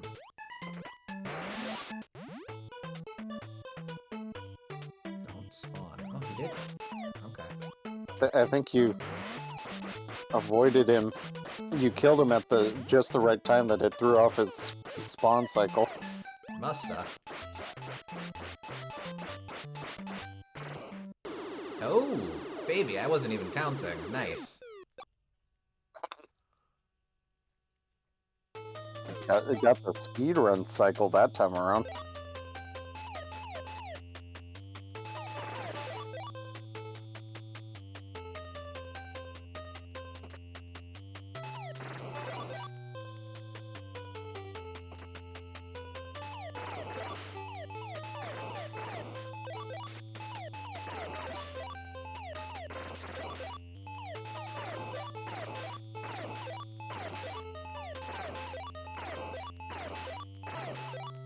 That'll do. Alright.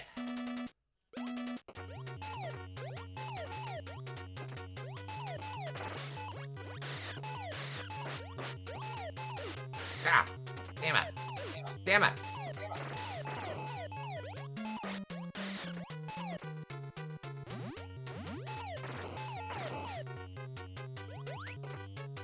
You still have 3/4 of your health. 2/3 of your health.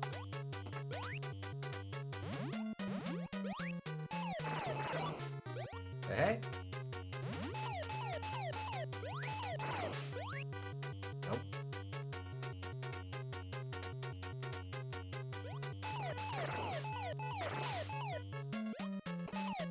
Ah.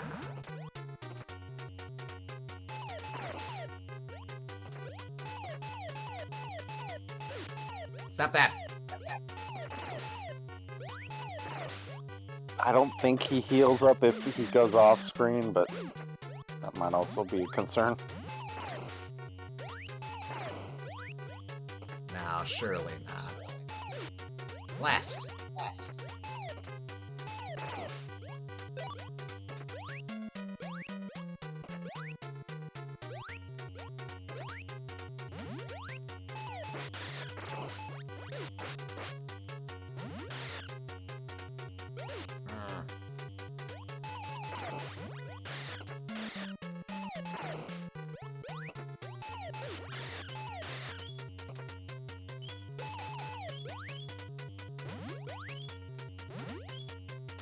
Can't catch me?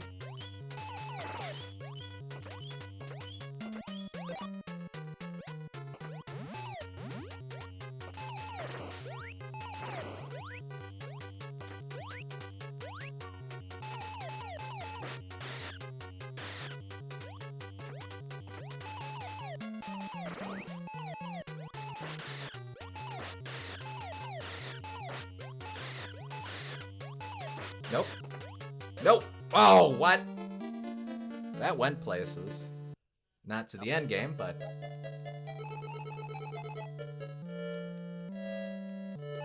did go places.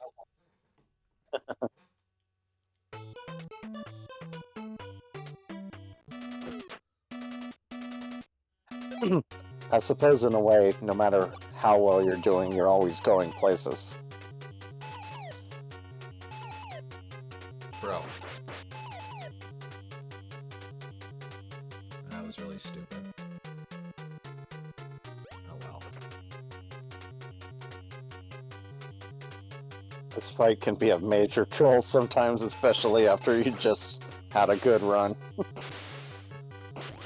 No kidding. Like, it's not that hard really, but it can eat up your time a lot, and sometimes it just kills you. Sometimes you just get your ass handed to you.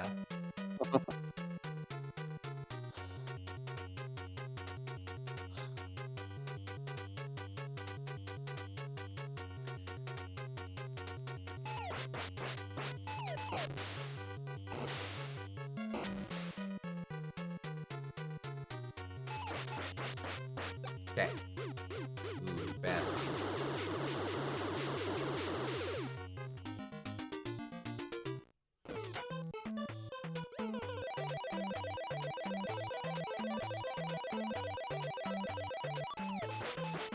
Probably don't need to tap the B button the whole time that health is piling up.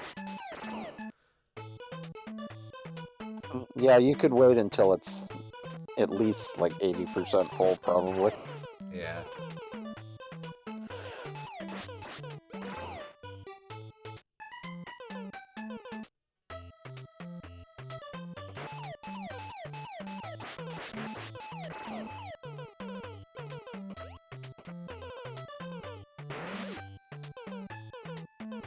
Ah! All carefully calculated.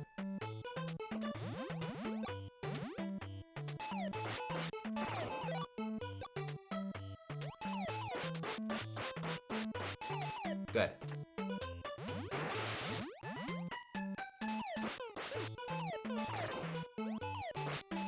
Man.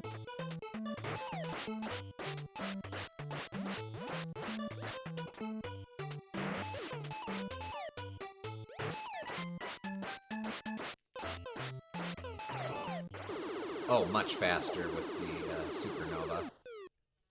Yeah, I guess it does more damage.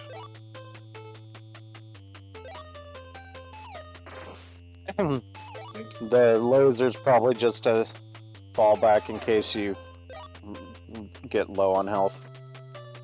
Probably, yeah.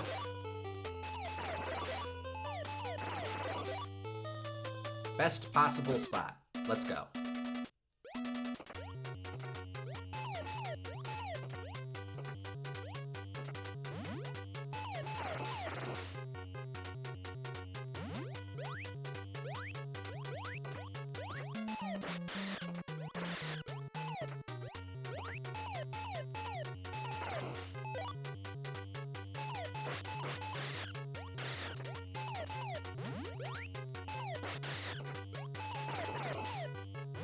Nice. Not too bad.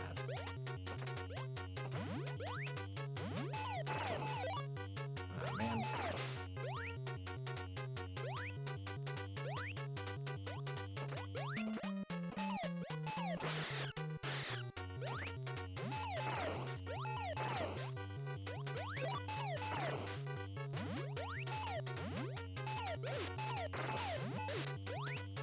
Stop that. Idiocy.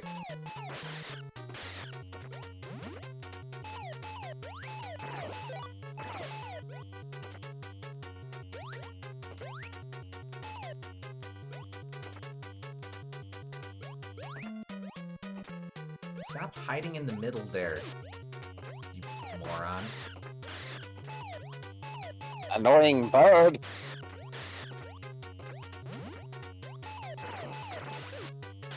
Ah, damn it.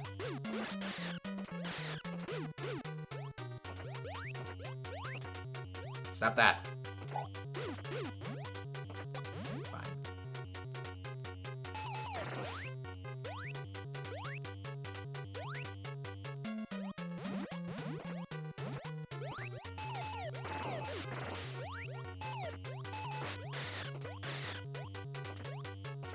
Don't.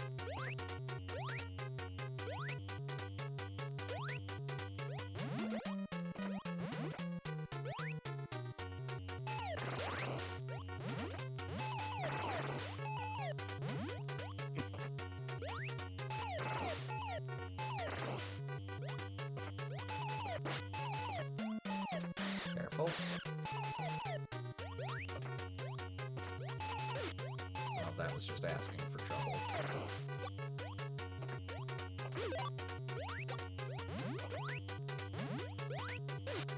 Stop that.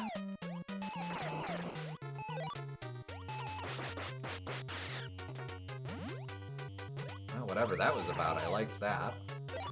No! Wait! Oh. I must have taken damage from one of the spawn. and Yeah. mercy invincibility. Okay. Ah, damn! I wish I'd known what was happening so I could have capitalized on that. So the supernova does 2.5 damage per shot. The ray gun does 2 damage per shot. Okay, definitely worth prioritizing the supernova then. Yep. The shooting star also does 2 damage per shot, and the island yo-yo does 1 damage per shot. Okay, definitely no point in trying to make the shooting star a thing then. Yeah. Just switch straight to the Reagan.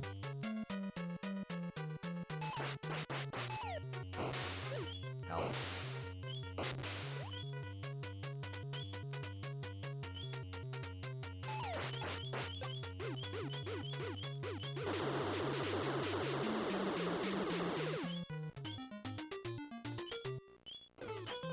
Yep.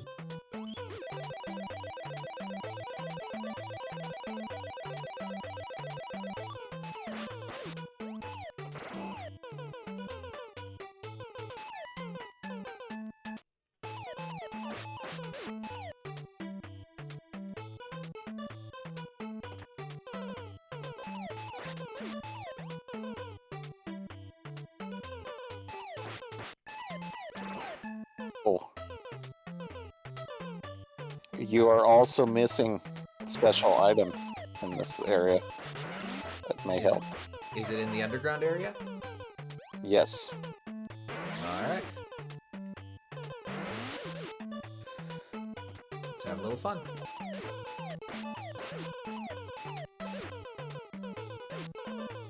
Okay, let's maybe not have that much fun.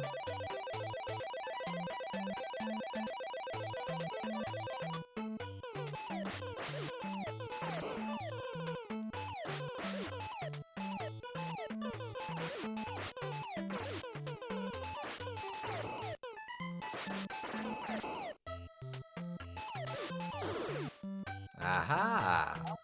Alright, game, let's see what you got. Nice! Wow, 3 potions. Very handy. Alright, I'm going to drop down again. That is the only 3 potion in the entire game. That doesn't surprise me too much.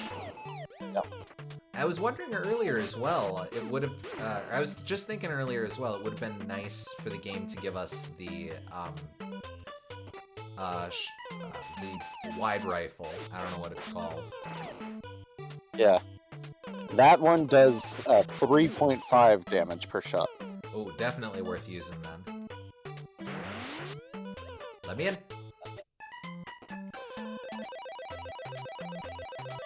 You do not get to grind infinite potions, though. No, that's understandable. I'm going to save my new loot for the final fight. Makes sense.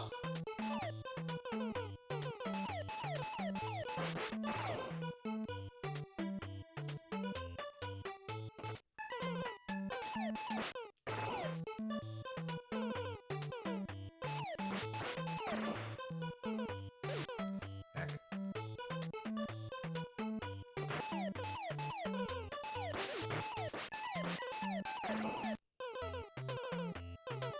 I really appreciate that the game gives you that. You don't have to take it, and you can be a cool guy who's good at beating the final boss without it.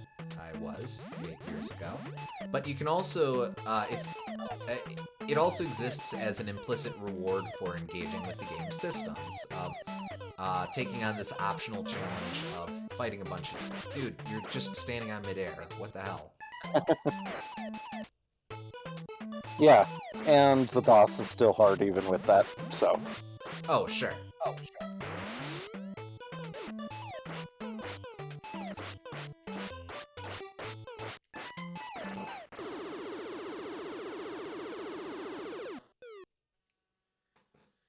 Alright, let's gear up like we have been. I don't need to grab that. I don't think I ever found that on my first run through either. I always just usually ran the hell away from all those troopers, but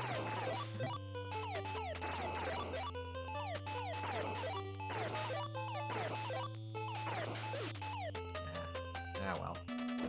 Alright. Let's start with this.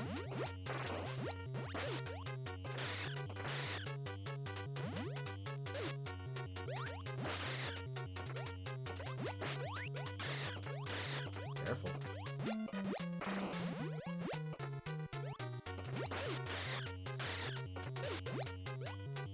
Okay. Careful. Go. Move!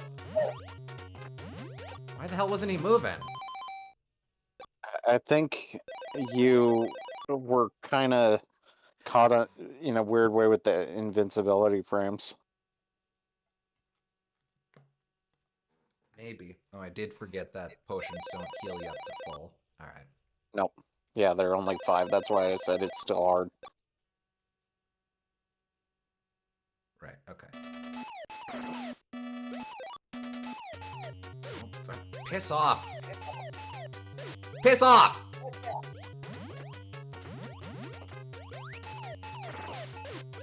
God damn it! Alright. Bad run, bad run.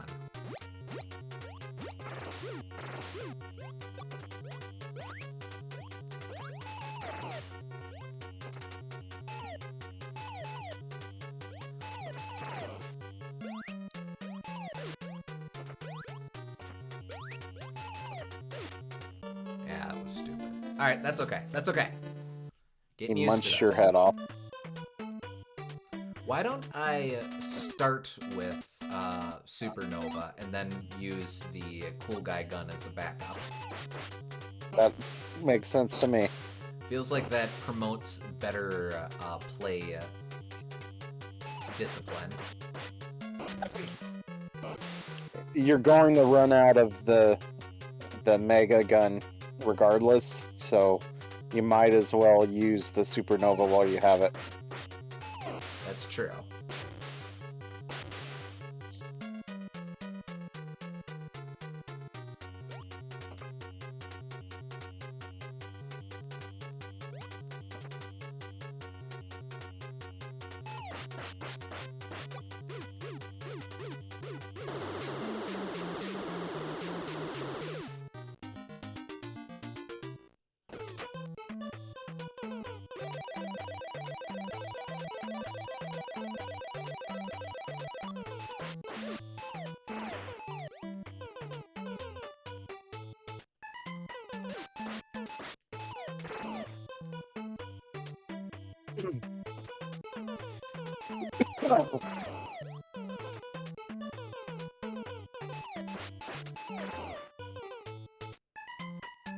Alright.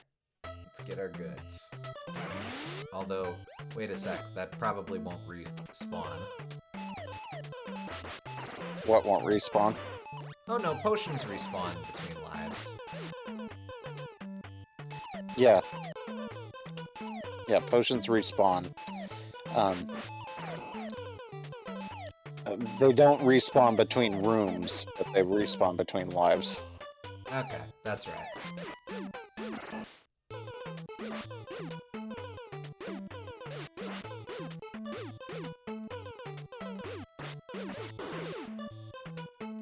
Just in time. Okay.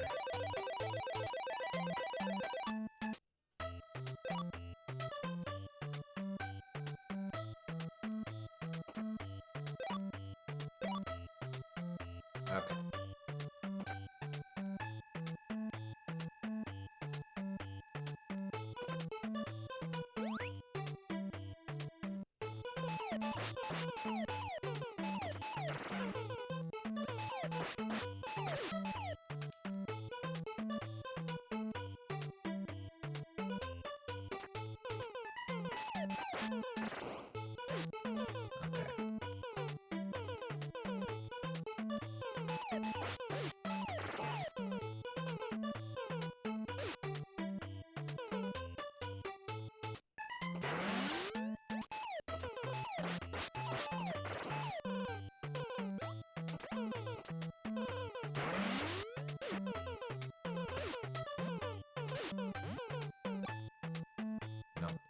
That's right.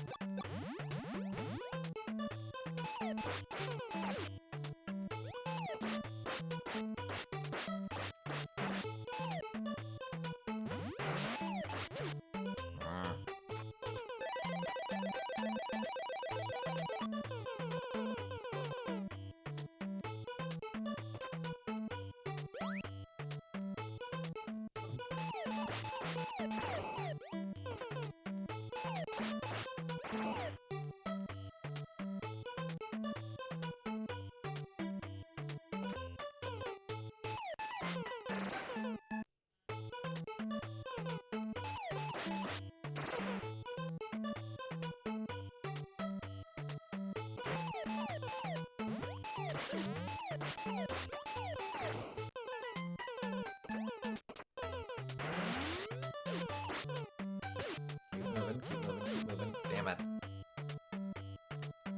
Oh well.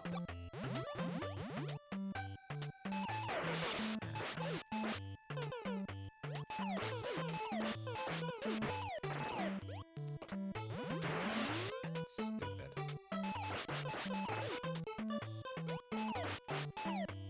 Hot hell, come on.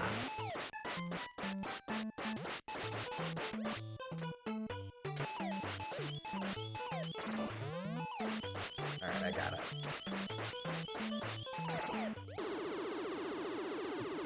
Not the luckiest cycles in the world. Not for sure. Yeah, I guess that works.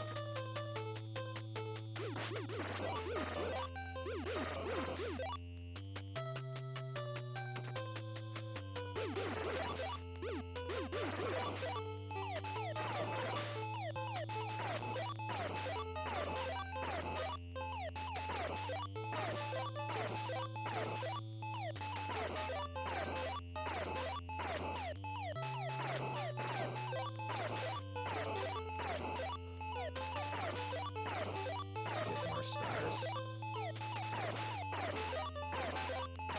That hurt. Ah! Well, I've been called a liar before.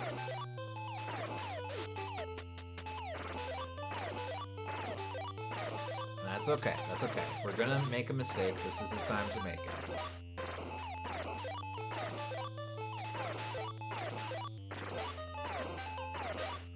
That'll do. Perfect. Alright, you stupid idiot. Perfect.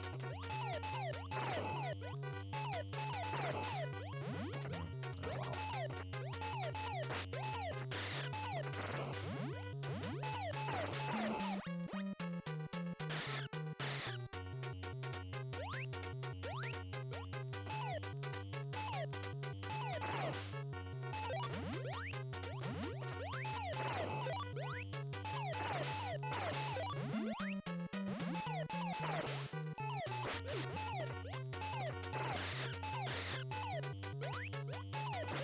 Come on.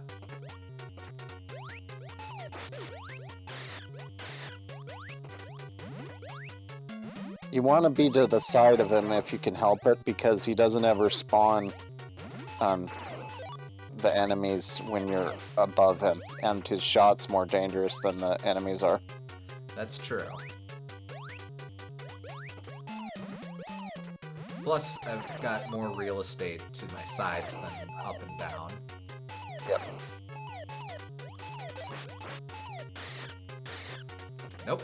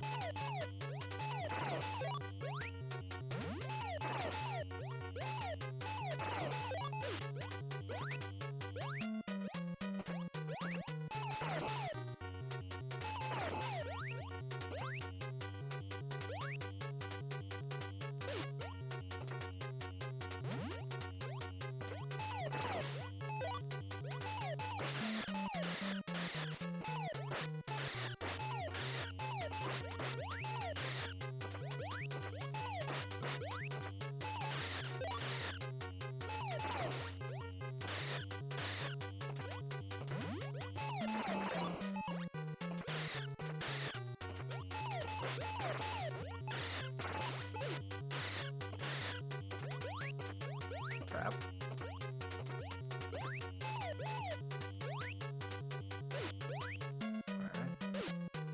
Alright. I said alright.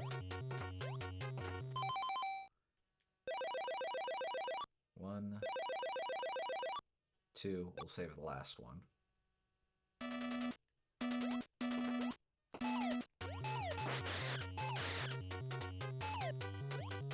Calm down.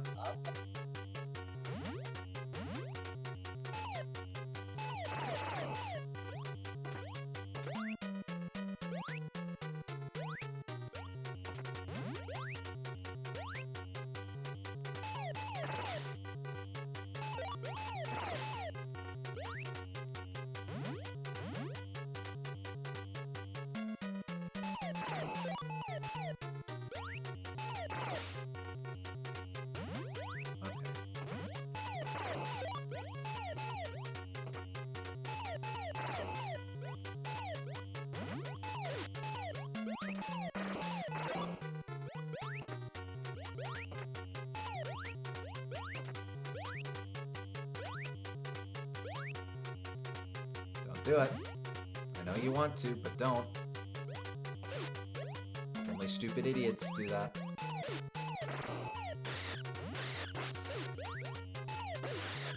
Alright. Pop the last one.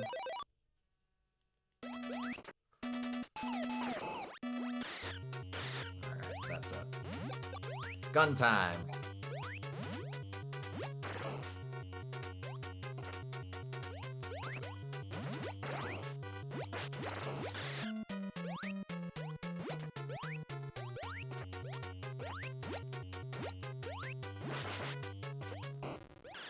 Got him! There you go.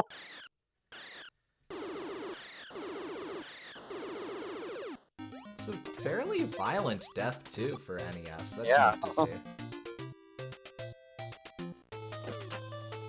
Ha! Alright. Wow, you've done it. Damn straight. Good luck.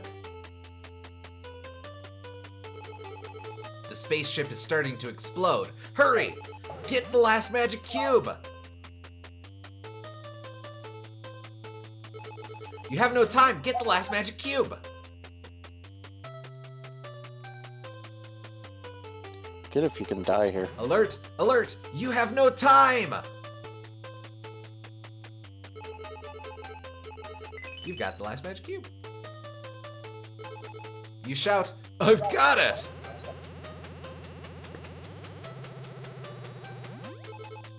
Well, now what do I do? The first one gave you the supernova. The second one gave you maximum health. This one gives you the power to survive a cutscene. By definition, yes.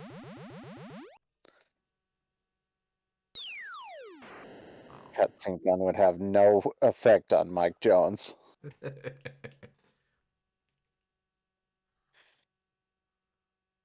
Also, he gained the ability to swim, sort of. Well, nope. That was Lucky. better than he usually did throughout the game. Also very cute to have it use the game over the dying music for that. For sure. And hey, the dolphins we befriended way back in Chapter 2 came in clutch. Yep. Don't go that way yet. Is there anything to the right? I think just the helipad. Yeah, okay. So our journey ends where it began, back at Sea Island. Aw. Well, let's check in. Welcome back to Cola. Congratulations! No pig, I see. I suppose feast is ready.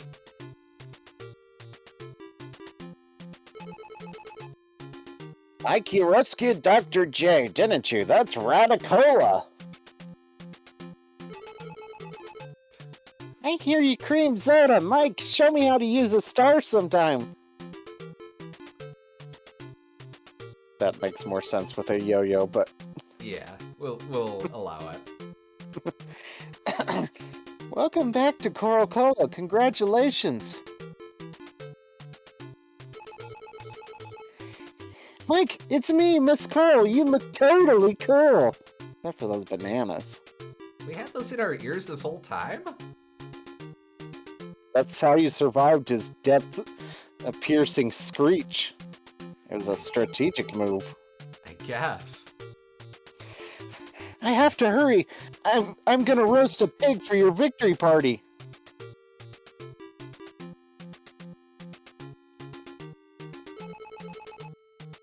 Dr. J already returned and he's waiting for you.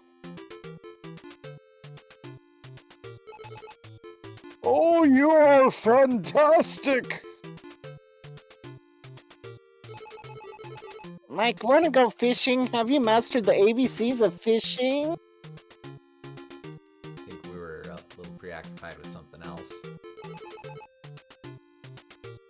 Where do you come from, Spacey Cola? This time, yes.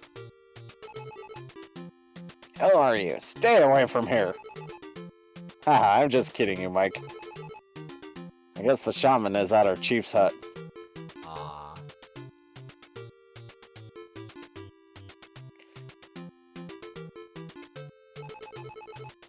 Mike, it's me, Babu. Let's celebrate with some cola. You drink it and feel much better.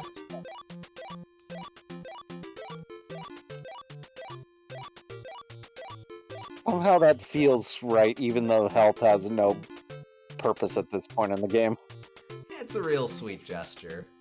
Yeah. It feels like you're safer, even though you can't die at this point. Mm-hmm. Hi, Mike, you've done it. Alright, let's check in with the chief. Oh, and Dr. J. Mike, you've returned! Oh, you have the 3 magic cubes! I knew you could do it! The monsters have disappeared from the islands. Mike, our island is forever indebted to you. Navcom here, Captain. Circuits indicate success. Circuits indicate success. Mike, you've done it! You risked life and limb. I know you almost gave up your quest. Oh. Here, I thought Gave it up was your a ghost. vulgarization of gave up the ghost, but... I know you almost gave up your quest, but I'll tell all, you battled like a hero under the Southern Cross. No. It's like I have a feeling they had a sense for how difficult this game was. It feels like the writing is like most people would have given up at this point. I don't know. It feels really sweet. I think. It's a very self-aware game. Yeah. Remind me of that when we... Well, no, I won't wait till later. It's a very self-aware game. Something I think about a lot with video games, particularly of this era, of this time that was before I was paying attention, where like all the Nintendo big hits kind of defined genres and defined the gaming industry and stuff like that. You get this inflated image of them being these glorious things that came unto the world and changed the face of our planet. And Yeah. that's a consequence of what they did, but if you think about it exclusively that way, you miss the fact that they were things that people made. And people Yeah. often think about the things that they make, and if they're smart and rather clever, they can anticipate people's reactions to the things that they made. I appreciate them more in a way, just realizing that these were just people that were trying to make an artistic project to do something fun or do something that would last with people. And like in a way they were super important for like inspiring so many other genres and works of art later on. But what made them special in the first place wasn't that they thought, it wasn't in most cases that they thought they were going to do something groundbreaking or that they were trying to tap into the ethos of what makes something groundbreaking. It's that they were just trying to find a new way of being a good game. And I don't know, I think that makes them much more human experiences. That's why I always try so hard to take a game on its own terms, because sure, you can think the game's outdated or whatever, but I feel like, I don't know, that just feels like it's poo-pooing it a little bit. It's not getting a chance to experience the joy that they wanted you to experience with it. And I know not every game, I know it gets harder to reach that same level of connection that existed as time goes on, but I still like to try to make my best effort to reach it. Likewise. Like, I'll fully admit that I'm not always able to do that, and I often Yeah. shortchange stuff that I shouldn't. But it's much more interesting to me to try to do that, to yes and a game, and like you said, meet it on its own terms. Yeah. Now, Mike, let's join the 3 magic cubes together. You join the 3 magic cubes. And create Cubert.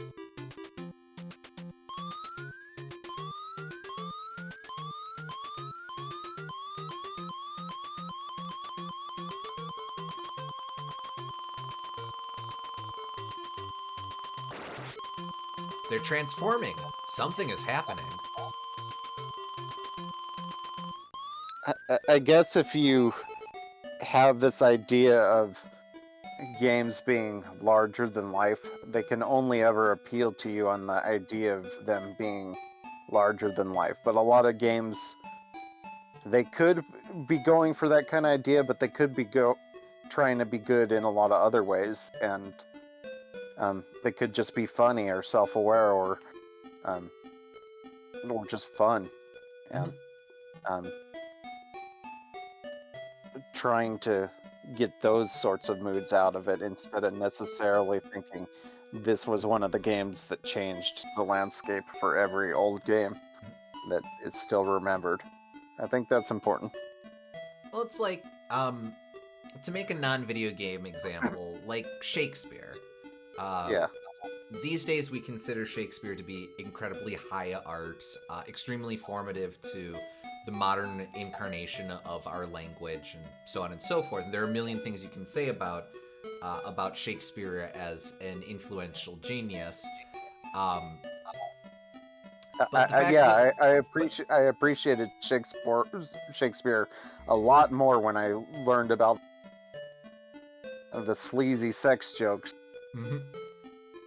Or just how it was specifically marketed towards the lower class of people and all that. Yes. And the way our language has evolved, it's difficult for us to recognize these really flowery ways of putting extremely crass humor. Because that's just not how we talk anymore. But the fact of the matter is that's what it was, and that's what made him an immediate hit and so popular, was because that's what it was. It wasn't what we have it as today. It was something completely different. Anyway, we got some kids here. Who are they? Yeah. Oh, that one speaks. Rude narration. Listen, Hi, I'm Princess Micah, daughter of the Argonian leader, Hirokan. We 7 boys and girls are the last beings from the planet Argonia. 20 years ago, when our planet was about to be destroyed, we were placed in the time-frozen magic cubes and sent to this planet. Our planet no longer exists, but will not cry for the past. My father, Hirokan, told me to live in peace with the people of planet Earth. You speak to her. Hi, I'm Mike. We'll find you a home. Mike, you saved more than cubes. You saved a whole race from extinction. Micah, many kids live on the islands. I know the chief will welcome you here. Technically, you didn't save them from extinction yet, but there's only 7 and they're related, so I don't know. I know there's a specific term for that in our world's biology when a species has dwindled to a point that the numbers are no longer sustainable, and it will collapse. But let's not worry about that. Yeah. Oh, 7 boys and girls, we welcome all of you. It's your new home. You'll be happy living here under the Southern Cross.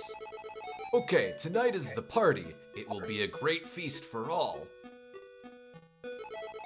We are pleased. You are so kind. I'm hungry. Is that a banana cream pie? They just banana cream pie just happens to be a universal constant, I guess.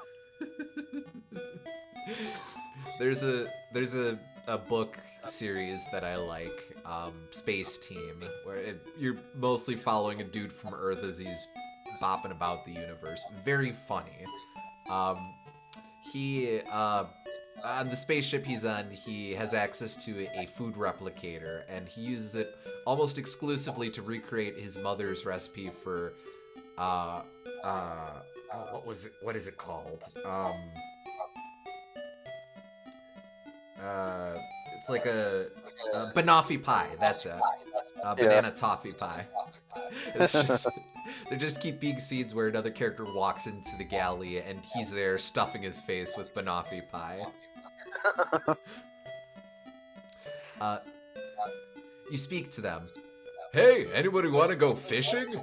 Let's go.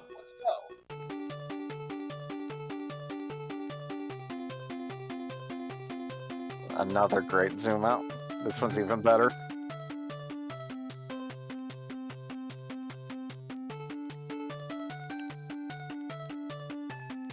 Oh, and you can see the islands we visited too. Like this is legitimately some of the best shots on the NES. Just beautiful. Like that shot of the Earth and everything. Really well done. It's very Phantasy Star 2.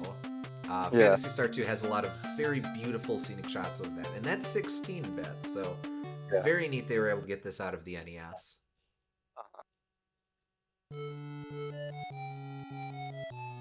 And that is game.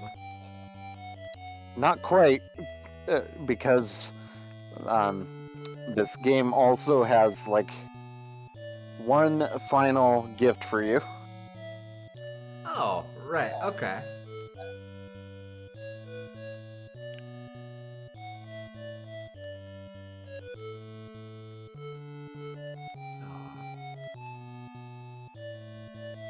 Thanks to Howard Phillips.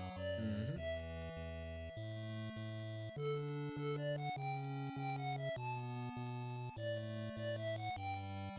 Here we go. You get these really nice screenshots of all of the things that you did throughout your game. Fighting the sea serpent, getting your the Getting in the subsea. subsea. There's Octo the Huge. I love all of these really cool action shots. There's our dolphin friends. They do a really good job of contextualizing and making all of the areas you went throughout the game feel important. Mm-hmm.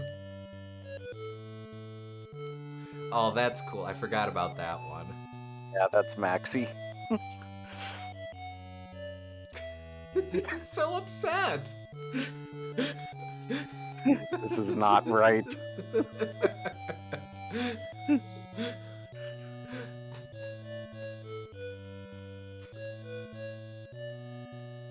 Aw.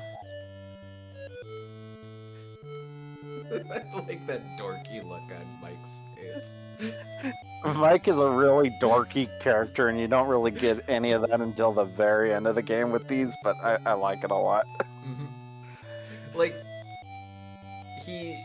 And that's really cool, having that of the letter finally put into the game. Yeah.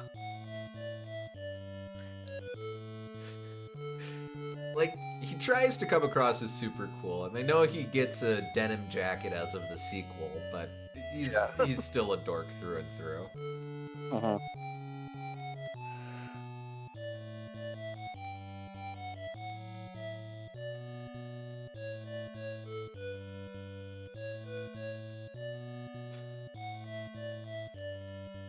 Your problem, Broken Joe.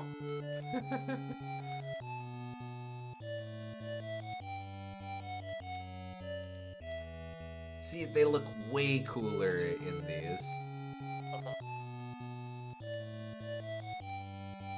I like Zoda's salivating as well. That practically was what we saw a little earlier, but there's the man of the hour. It's a good shot, too.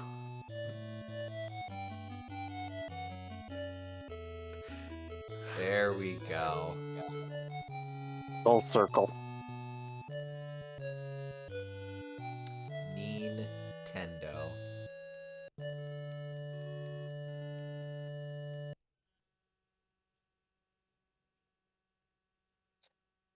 And they didn't even have to include those because, like, they already showed all the credits, but they just wanted to have a little bonus for you. Absolutely. So yeah, one of my favorite NES games. It feels like they really wanted to push the console and just get a really fun, varied, um, super engaging adventure that just a lot of NES games can kind of feel a little samey after a while because they're working with such limited options. But this game pushes a lot of gameplay variety out of working with a little. So Honestly, this holds up even better than I remember. yeah, Like I've always loved just how much variety there was to the game.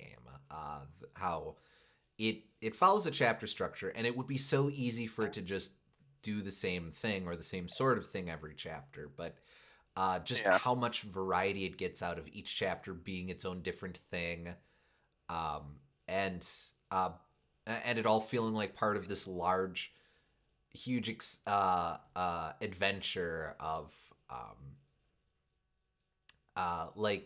where you're going on this journey and you're doing all of these things, and I really like the sense of scope and scale to this adventure.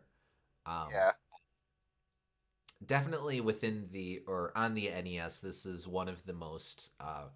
This has to be one of the most expansive games, certainly outside of the realm of like RPGs and such. Even then, this does a great job at making you feel every step of the way like you're doing something or you're in this very exciting, very welcoming world. It's so exciting and welcoming and like expansive, but it does all that while still feeling really funny and humble. Like this game never feels like it's promising more than it can deliver. It just is a damn good video game, I think. Absolutely. Sorry, I had to mute my mic for a sec. Yeah, absolutely. It's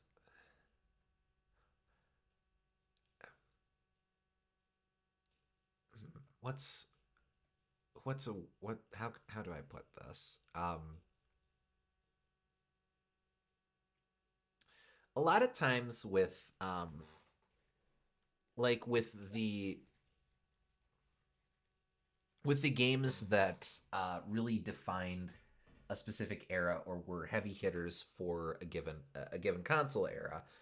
Um, uh, sort of along the lines of what we were talking about earlier. Like I have a lot of respect for the big titles, like say Zelda 1, Mario 3. Those are titles that I very much respect and even have a lot of fun with. Um, at a certain point, it's like I'm always coming up again across the specter of what the game is and what the game represents. And whereas I do engage in the practice of putting myself into the shoes of, okay, what was the design process during this? What was this to the creators? What was this to, um, particularly for something before my time? What was this to the people who were there for it when it was new?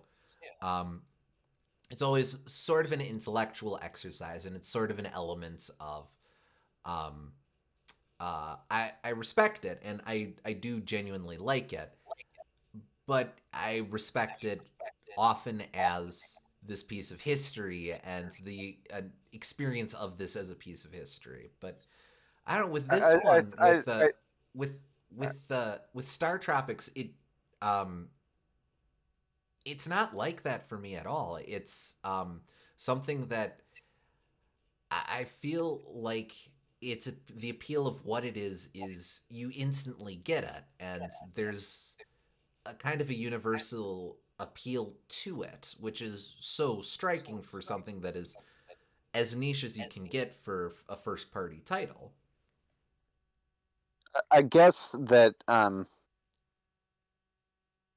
even though I very much wish the series had continued well past its sell by date, and it would be better remembered in the cultural landscape, it does have this. It does come with the small benefit of like being easier to accept the game on its own terms because the only people who still remember Star Tropics generally really like it and are big fans of it, and the ones who didn't, the few that like thought the controls were weird or whatever, they uh, they kind of just moved past it and don't really talk about it anymore, which is fine. Not everyone has to like the games I like, Sure. but I think um, being uh, being so insular as its own thing without needing to live up to expectations puts it in a unique position a bit where um, you can just embrace it on its own terms and not have to have this inflated sense of what it needs to be rather than what it realistically can be. Mm-hmm. It it's interesting too because the phenomenon keeps uh, Nintendo of America keeps the phenomenon alive by how they uh, keep Star Tropics the barest bit relevant in every NES retrospective. Yeah. Um, uh, we're playing this off of So my someone NES Classic. It's a title that is included in part because it's replacing titles that don't make sense to localize from Japan, but also Mhm. because it's just an easy thing to throw on there. So it ends up becoming this background title that you you go, okay, well, what's this? And you stumble upon it, and Yeah. It's a very easy game for people to stumble upon, which I appreciate. And it's like, mhm, wow, how come no one ever talked about this game? And like every once in a while, I'm sure there'll be people that understand what the NES was and are able to look at it from that mindset and um, embrace the game on its own terms, um, mhm, and go, wow, this is really good and expansive, deep for an NES game. mhm. And um, I like that they're able to keep a little bit of that legacy alive by just occasionally dumping a ROM uh, onto a collection once in a while. Yeah, it'd be nice It to does help that see more StarTropics sometime of makes a that. much better first impression than like a lot of the other crap that they dump onto NSO, like Bombusel or whatever. Hey, I've said before, I appreciate the complete anarchical approach to it. If I do too, but those are more like the games you picked up in your collection somehow through a yard sale or Mhm. whatever, um, as opposed to the games that you picked up in your collection somehow through a yard sale or whatever, but then you played them and realized, wow, this is really good, and no one ever talks about it, and I'm actually a hugely deep fan in which people talked about it. Um, Mhm. Well, like there's a big difference between this game and an Arrow the Act. uh, Arrow the Acrobat. What can't it be a good example for? Good video game. Um, well, like to what you're saying, like Zelda 2 is a game that I've made many attempts at over the years. I've had access to it through various means, exclusively compilations, um, but like every time I've sat down with it, I've been like, okay, here we go. Yep. Yeah, And that is a game that does carry a lot of import to it yeah. uh, as a fairly prominent title. So it's Zelda 2 feels like a game that you should um, be fully engaged with, and it does have that potential to be really good, but the game's pretty unfair, and like Star Tropics is really hard too, but it pushes you forward in a lot better way than Zelda 2 does, I think. mhm. This is getting completely off track, but I once asked the man my sister was dating for like 10 or 5 years. I once asked him what his favorite Zelda was, and he, without taking a beat, responded Zelda 2. Maybe that should have been more of a tip off than it actually was, but all right, but we're definitely getting off of track. I was kind of oh oh it just stays on the screen. Okay. I Yeah, was kind of hoping to do Star Tropics 2 tonight, but it's starting to get a bit late. yeah, Uh, it took a little longer. Let's do at least do the thing you wanted to see in Star Tropics 1, though. yes, indeed. All right, so I do need to. I'm gonna have to do it like this. For the sake of things, I'll save you there. Okay, so if you saw our previous stream, you'll remember that we encountered a guy who was all about a riddle, pose riddle, and we were like, "What?" And then Gooms, you were looking stuff up. Excuse me, pardon me. And you saw something to the effect of, it might be different in review mode. So, because Yes, I'm curious, I think that for some reason the text only appears in review mode. I guess. he did say something about being a master gamer. Yeah. So maybe that's the tip off. We won't take super long on this. This is just something that I kind of wanted to see. I was curious about. I think it's even just right here right away. That's right here, I think. Yeah, that guy. All right. Welcome to How Do You Do, Cola? Boy, I'm a game master. Boy. Name, pose, poem. Are you a game master? Nope, I guess it didn't appear. Huh. Not sure what that forum post was about, unfortunately. But Do we know if there's a character named Poe within this game? I don't think so. Is that it could be like friggin' error from Zelda 2 again, which is just a dude saying his name, but everyone thinks it's a funny jape. I'll read this one more time. So in case we haven't had enough of them over the years, this is another thread about Poe's poem. I've realized a few things over the past while that I honestly can't remember if we've ever discussed here, so I figured that I would just dump them all in one place for those who may find them interesting. A few months ago, I came across this thread on GameFAQs, which piqued my curiosity. I discovered that Poe will only announce the names of the poem if you play the poem on review mode, and that the final text box where he says them is cut off from his conversation if you are playing through the game normally.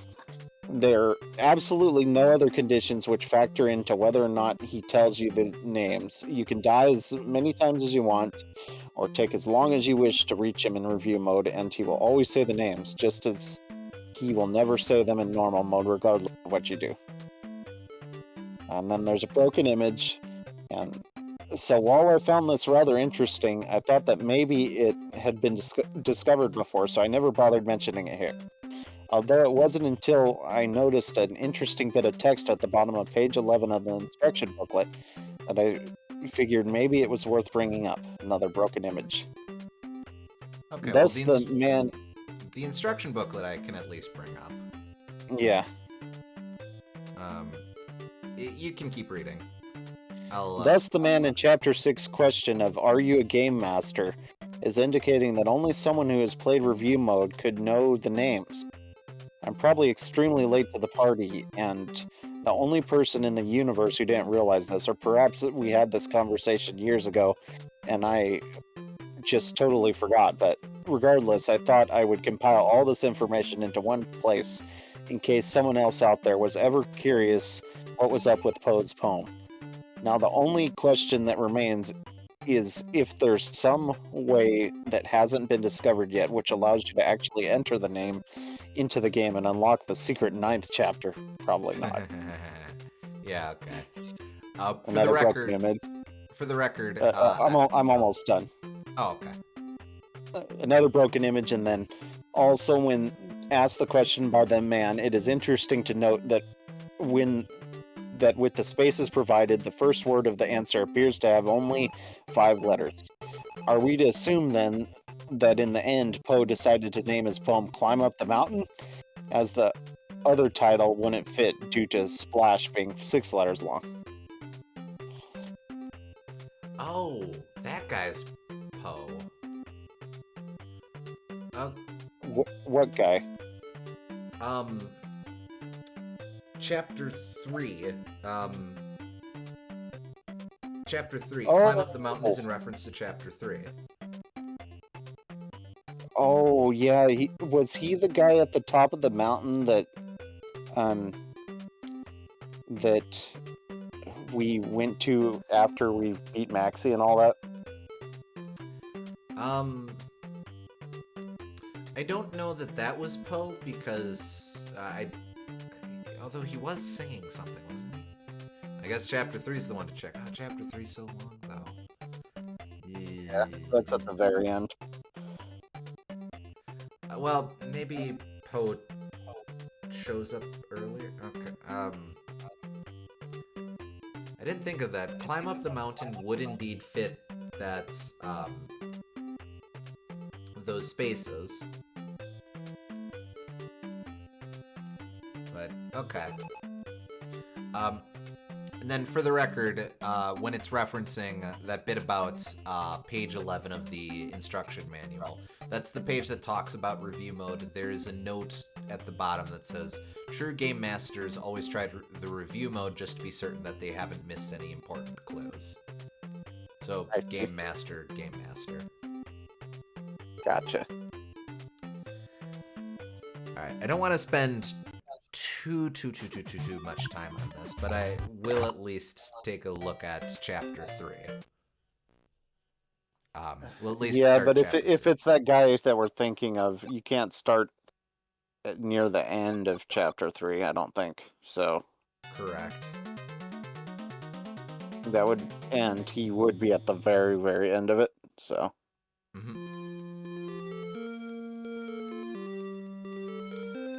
But I think there might be someone earlier on who... Well, there was also the bard in chapter 5.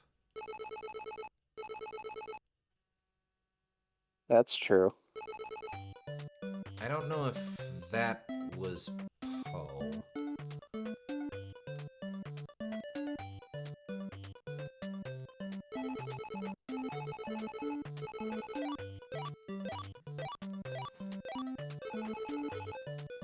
Basically, I'm just gonna play this until we hit the first dungeon. I don't want to go past First that. dungeon. I think this is oh. Is this a short dungeon?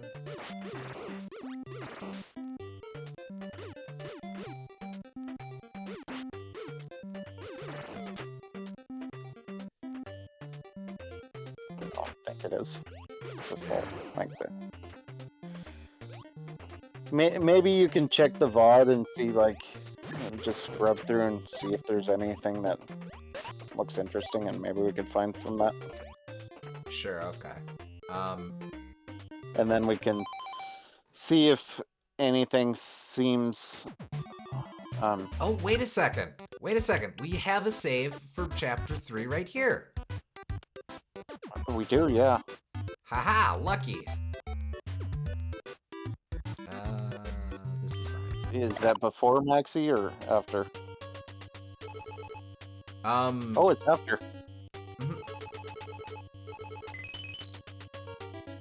Okay, so this won't take that long, actually. I think there might be one dungeon still, but a short one. Well, let's see. I want to do a little bit of poking around first. So that's to the heart. So I'm going to skip Shikola. I'm going to double back a bit and wait. Oh, I can't double back a bit.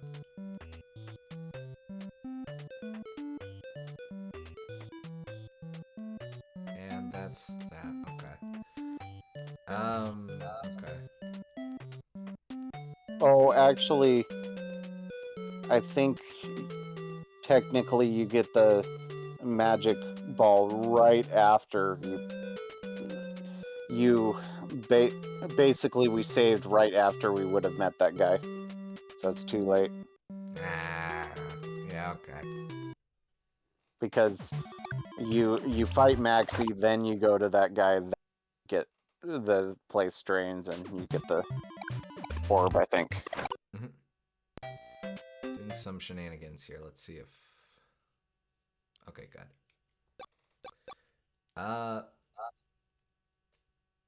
Let me just check the start of chapter 5 real quick. Just, again, see what that bard was all about.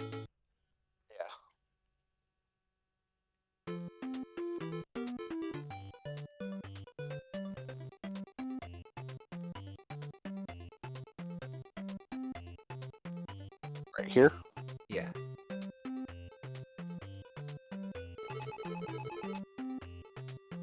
Okay. No, he's just just giving a hint about the... Yeah. Okay. Alright, yeah, I'll double check VODs, see if I can get anything off of that. Uh-huh. But, oh, we were here this whole time. Ooh. Okay. Alright. Well, hey, alright. I guess we'll leave it there then. Ran a little longer, had but that's okay. I've got StarTropics 2 loaded up here, so we should be good to jump into that immediately. Start a next session. Yeah, and next time, if LB finds anything, we'll start our StarTropics 2 session. Maybe answering that mystery, at least as much as we can. So sure, I'll poke around a little bit, see what I can find. Yep. But all right, but hey, until then, thank you for joining us. We hope you all had fun, and we will catch you on the next stream. Catch you next time. Bye-bye.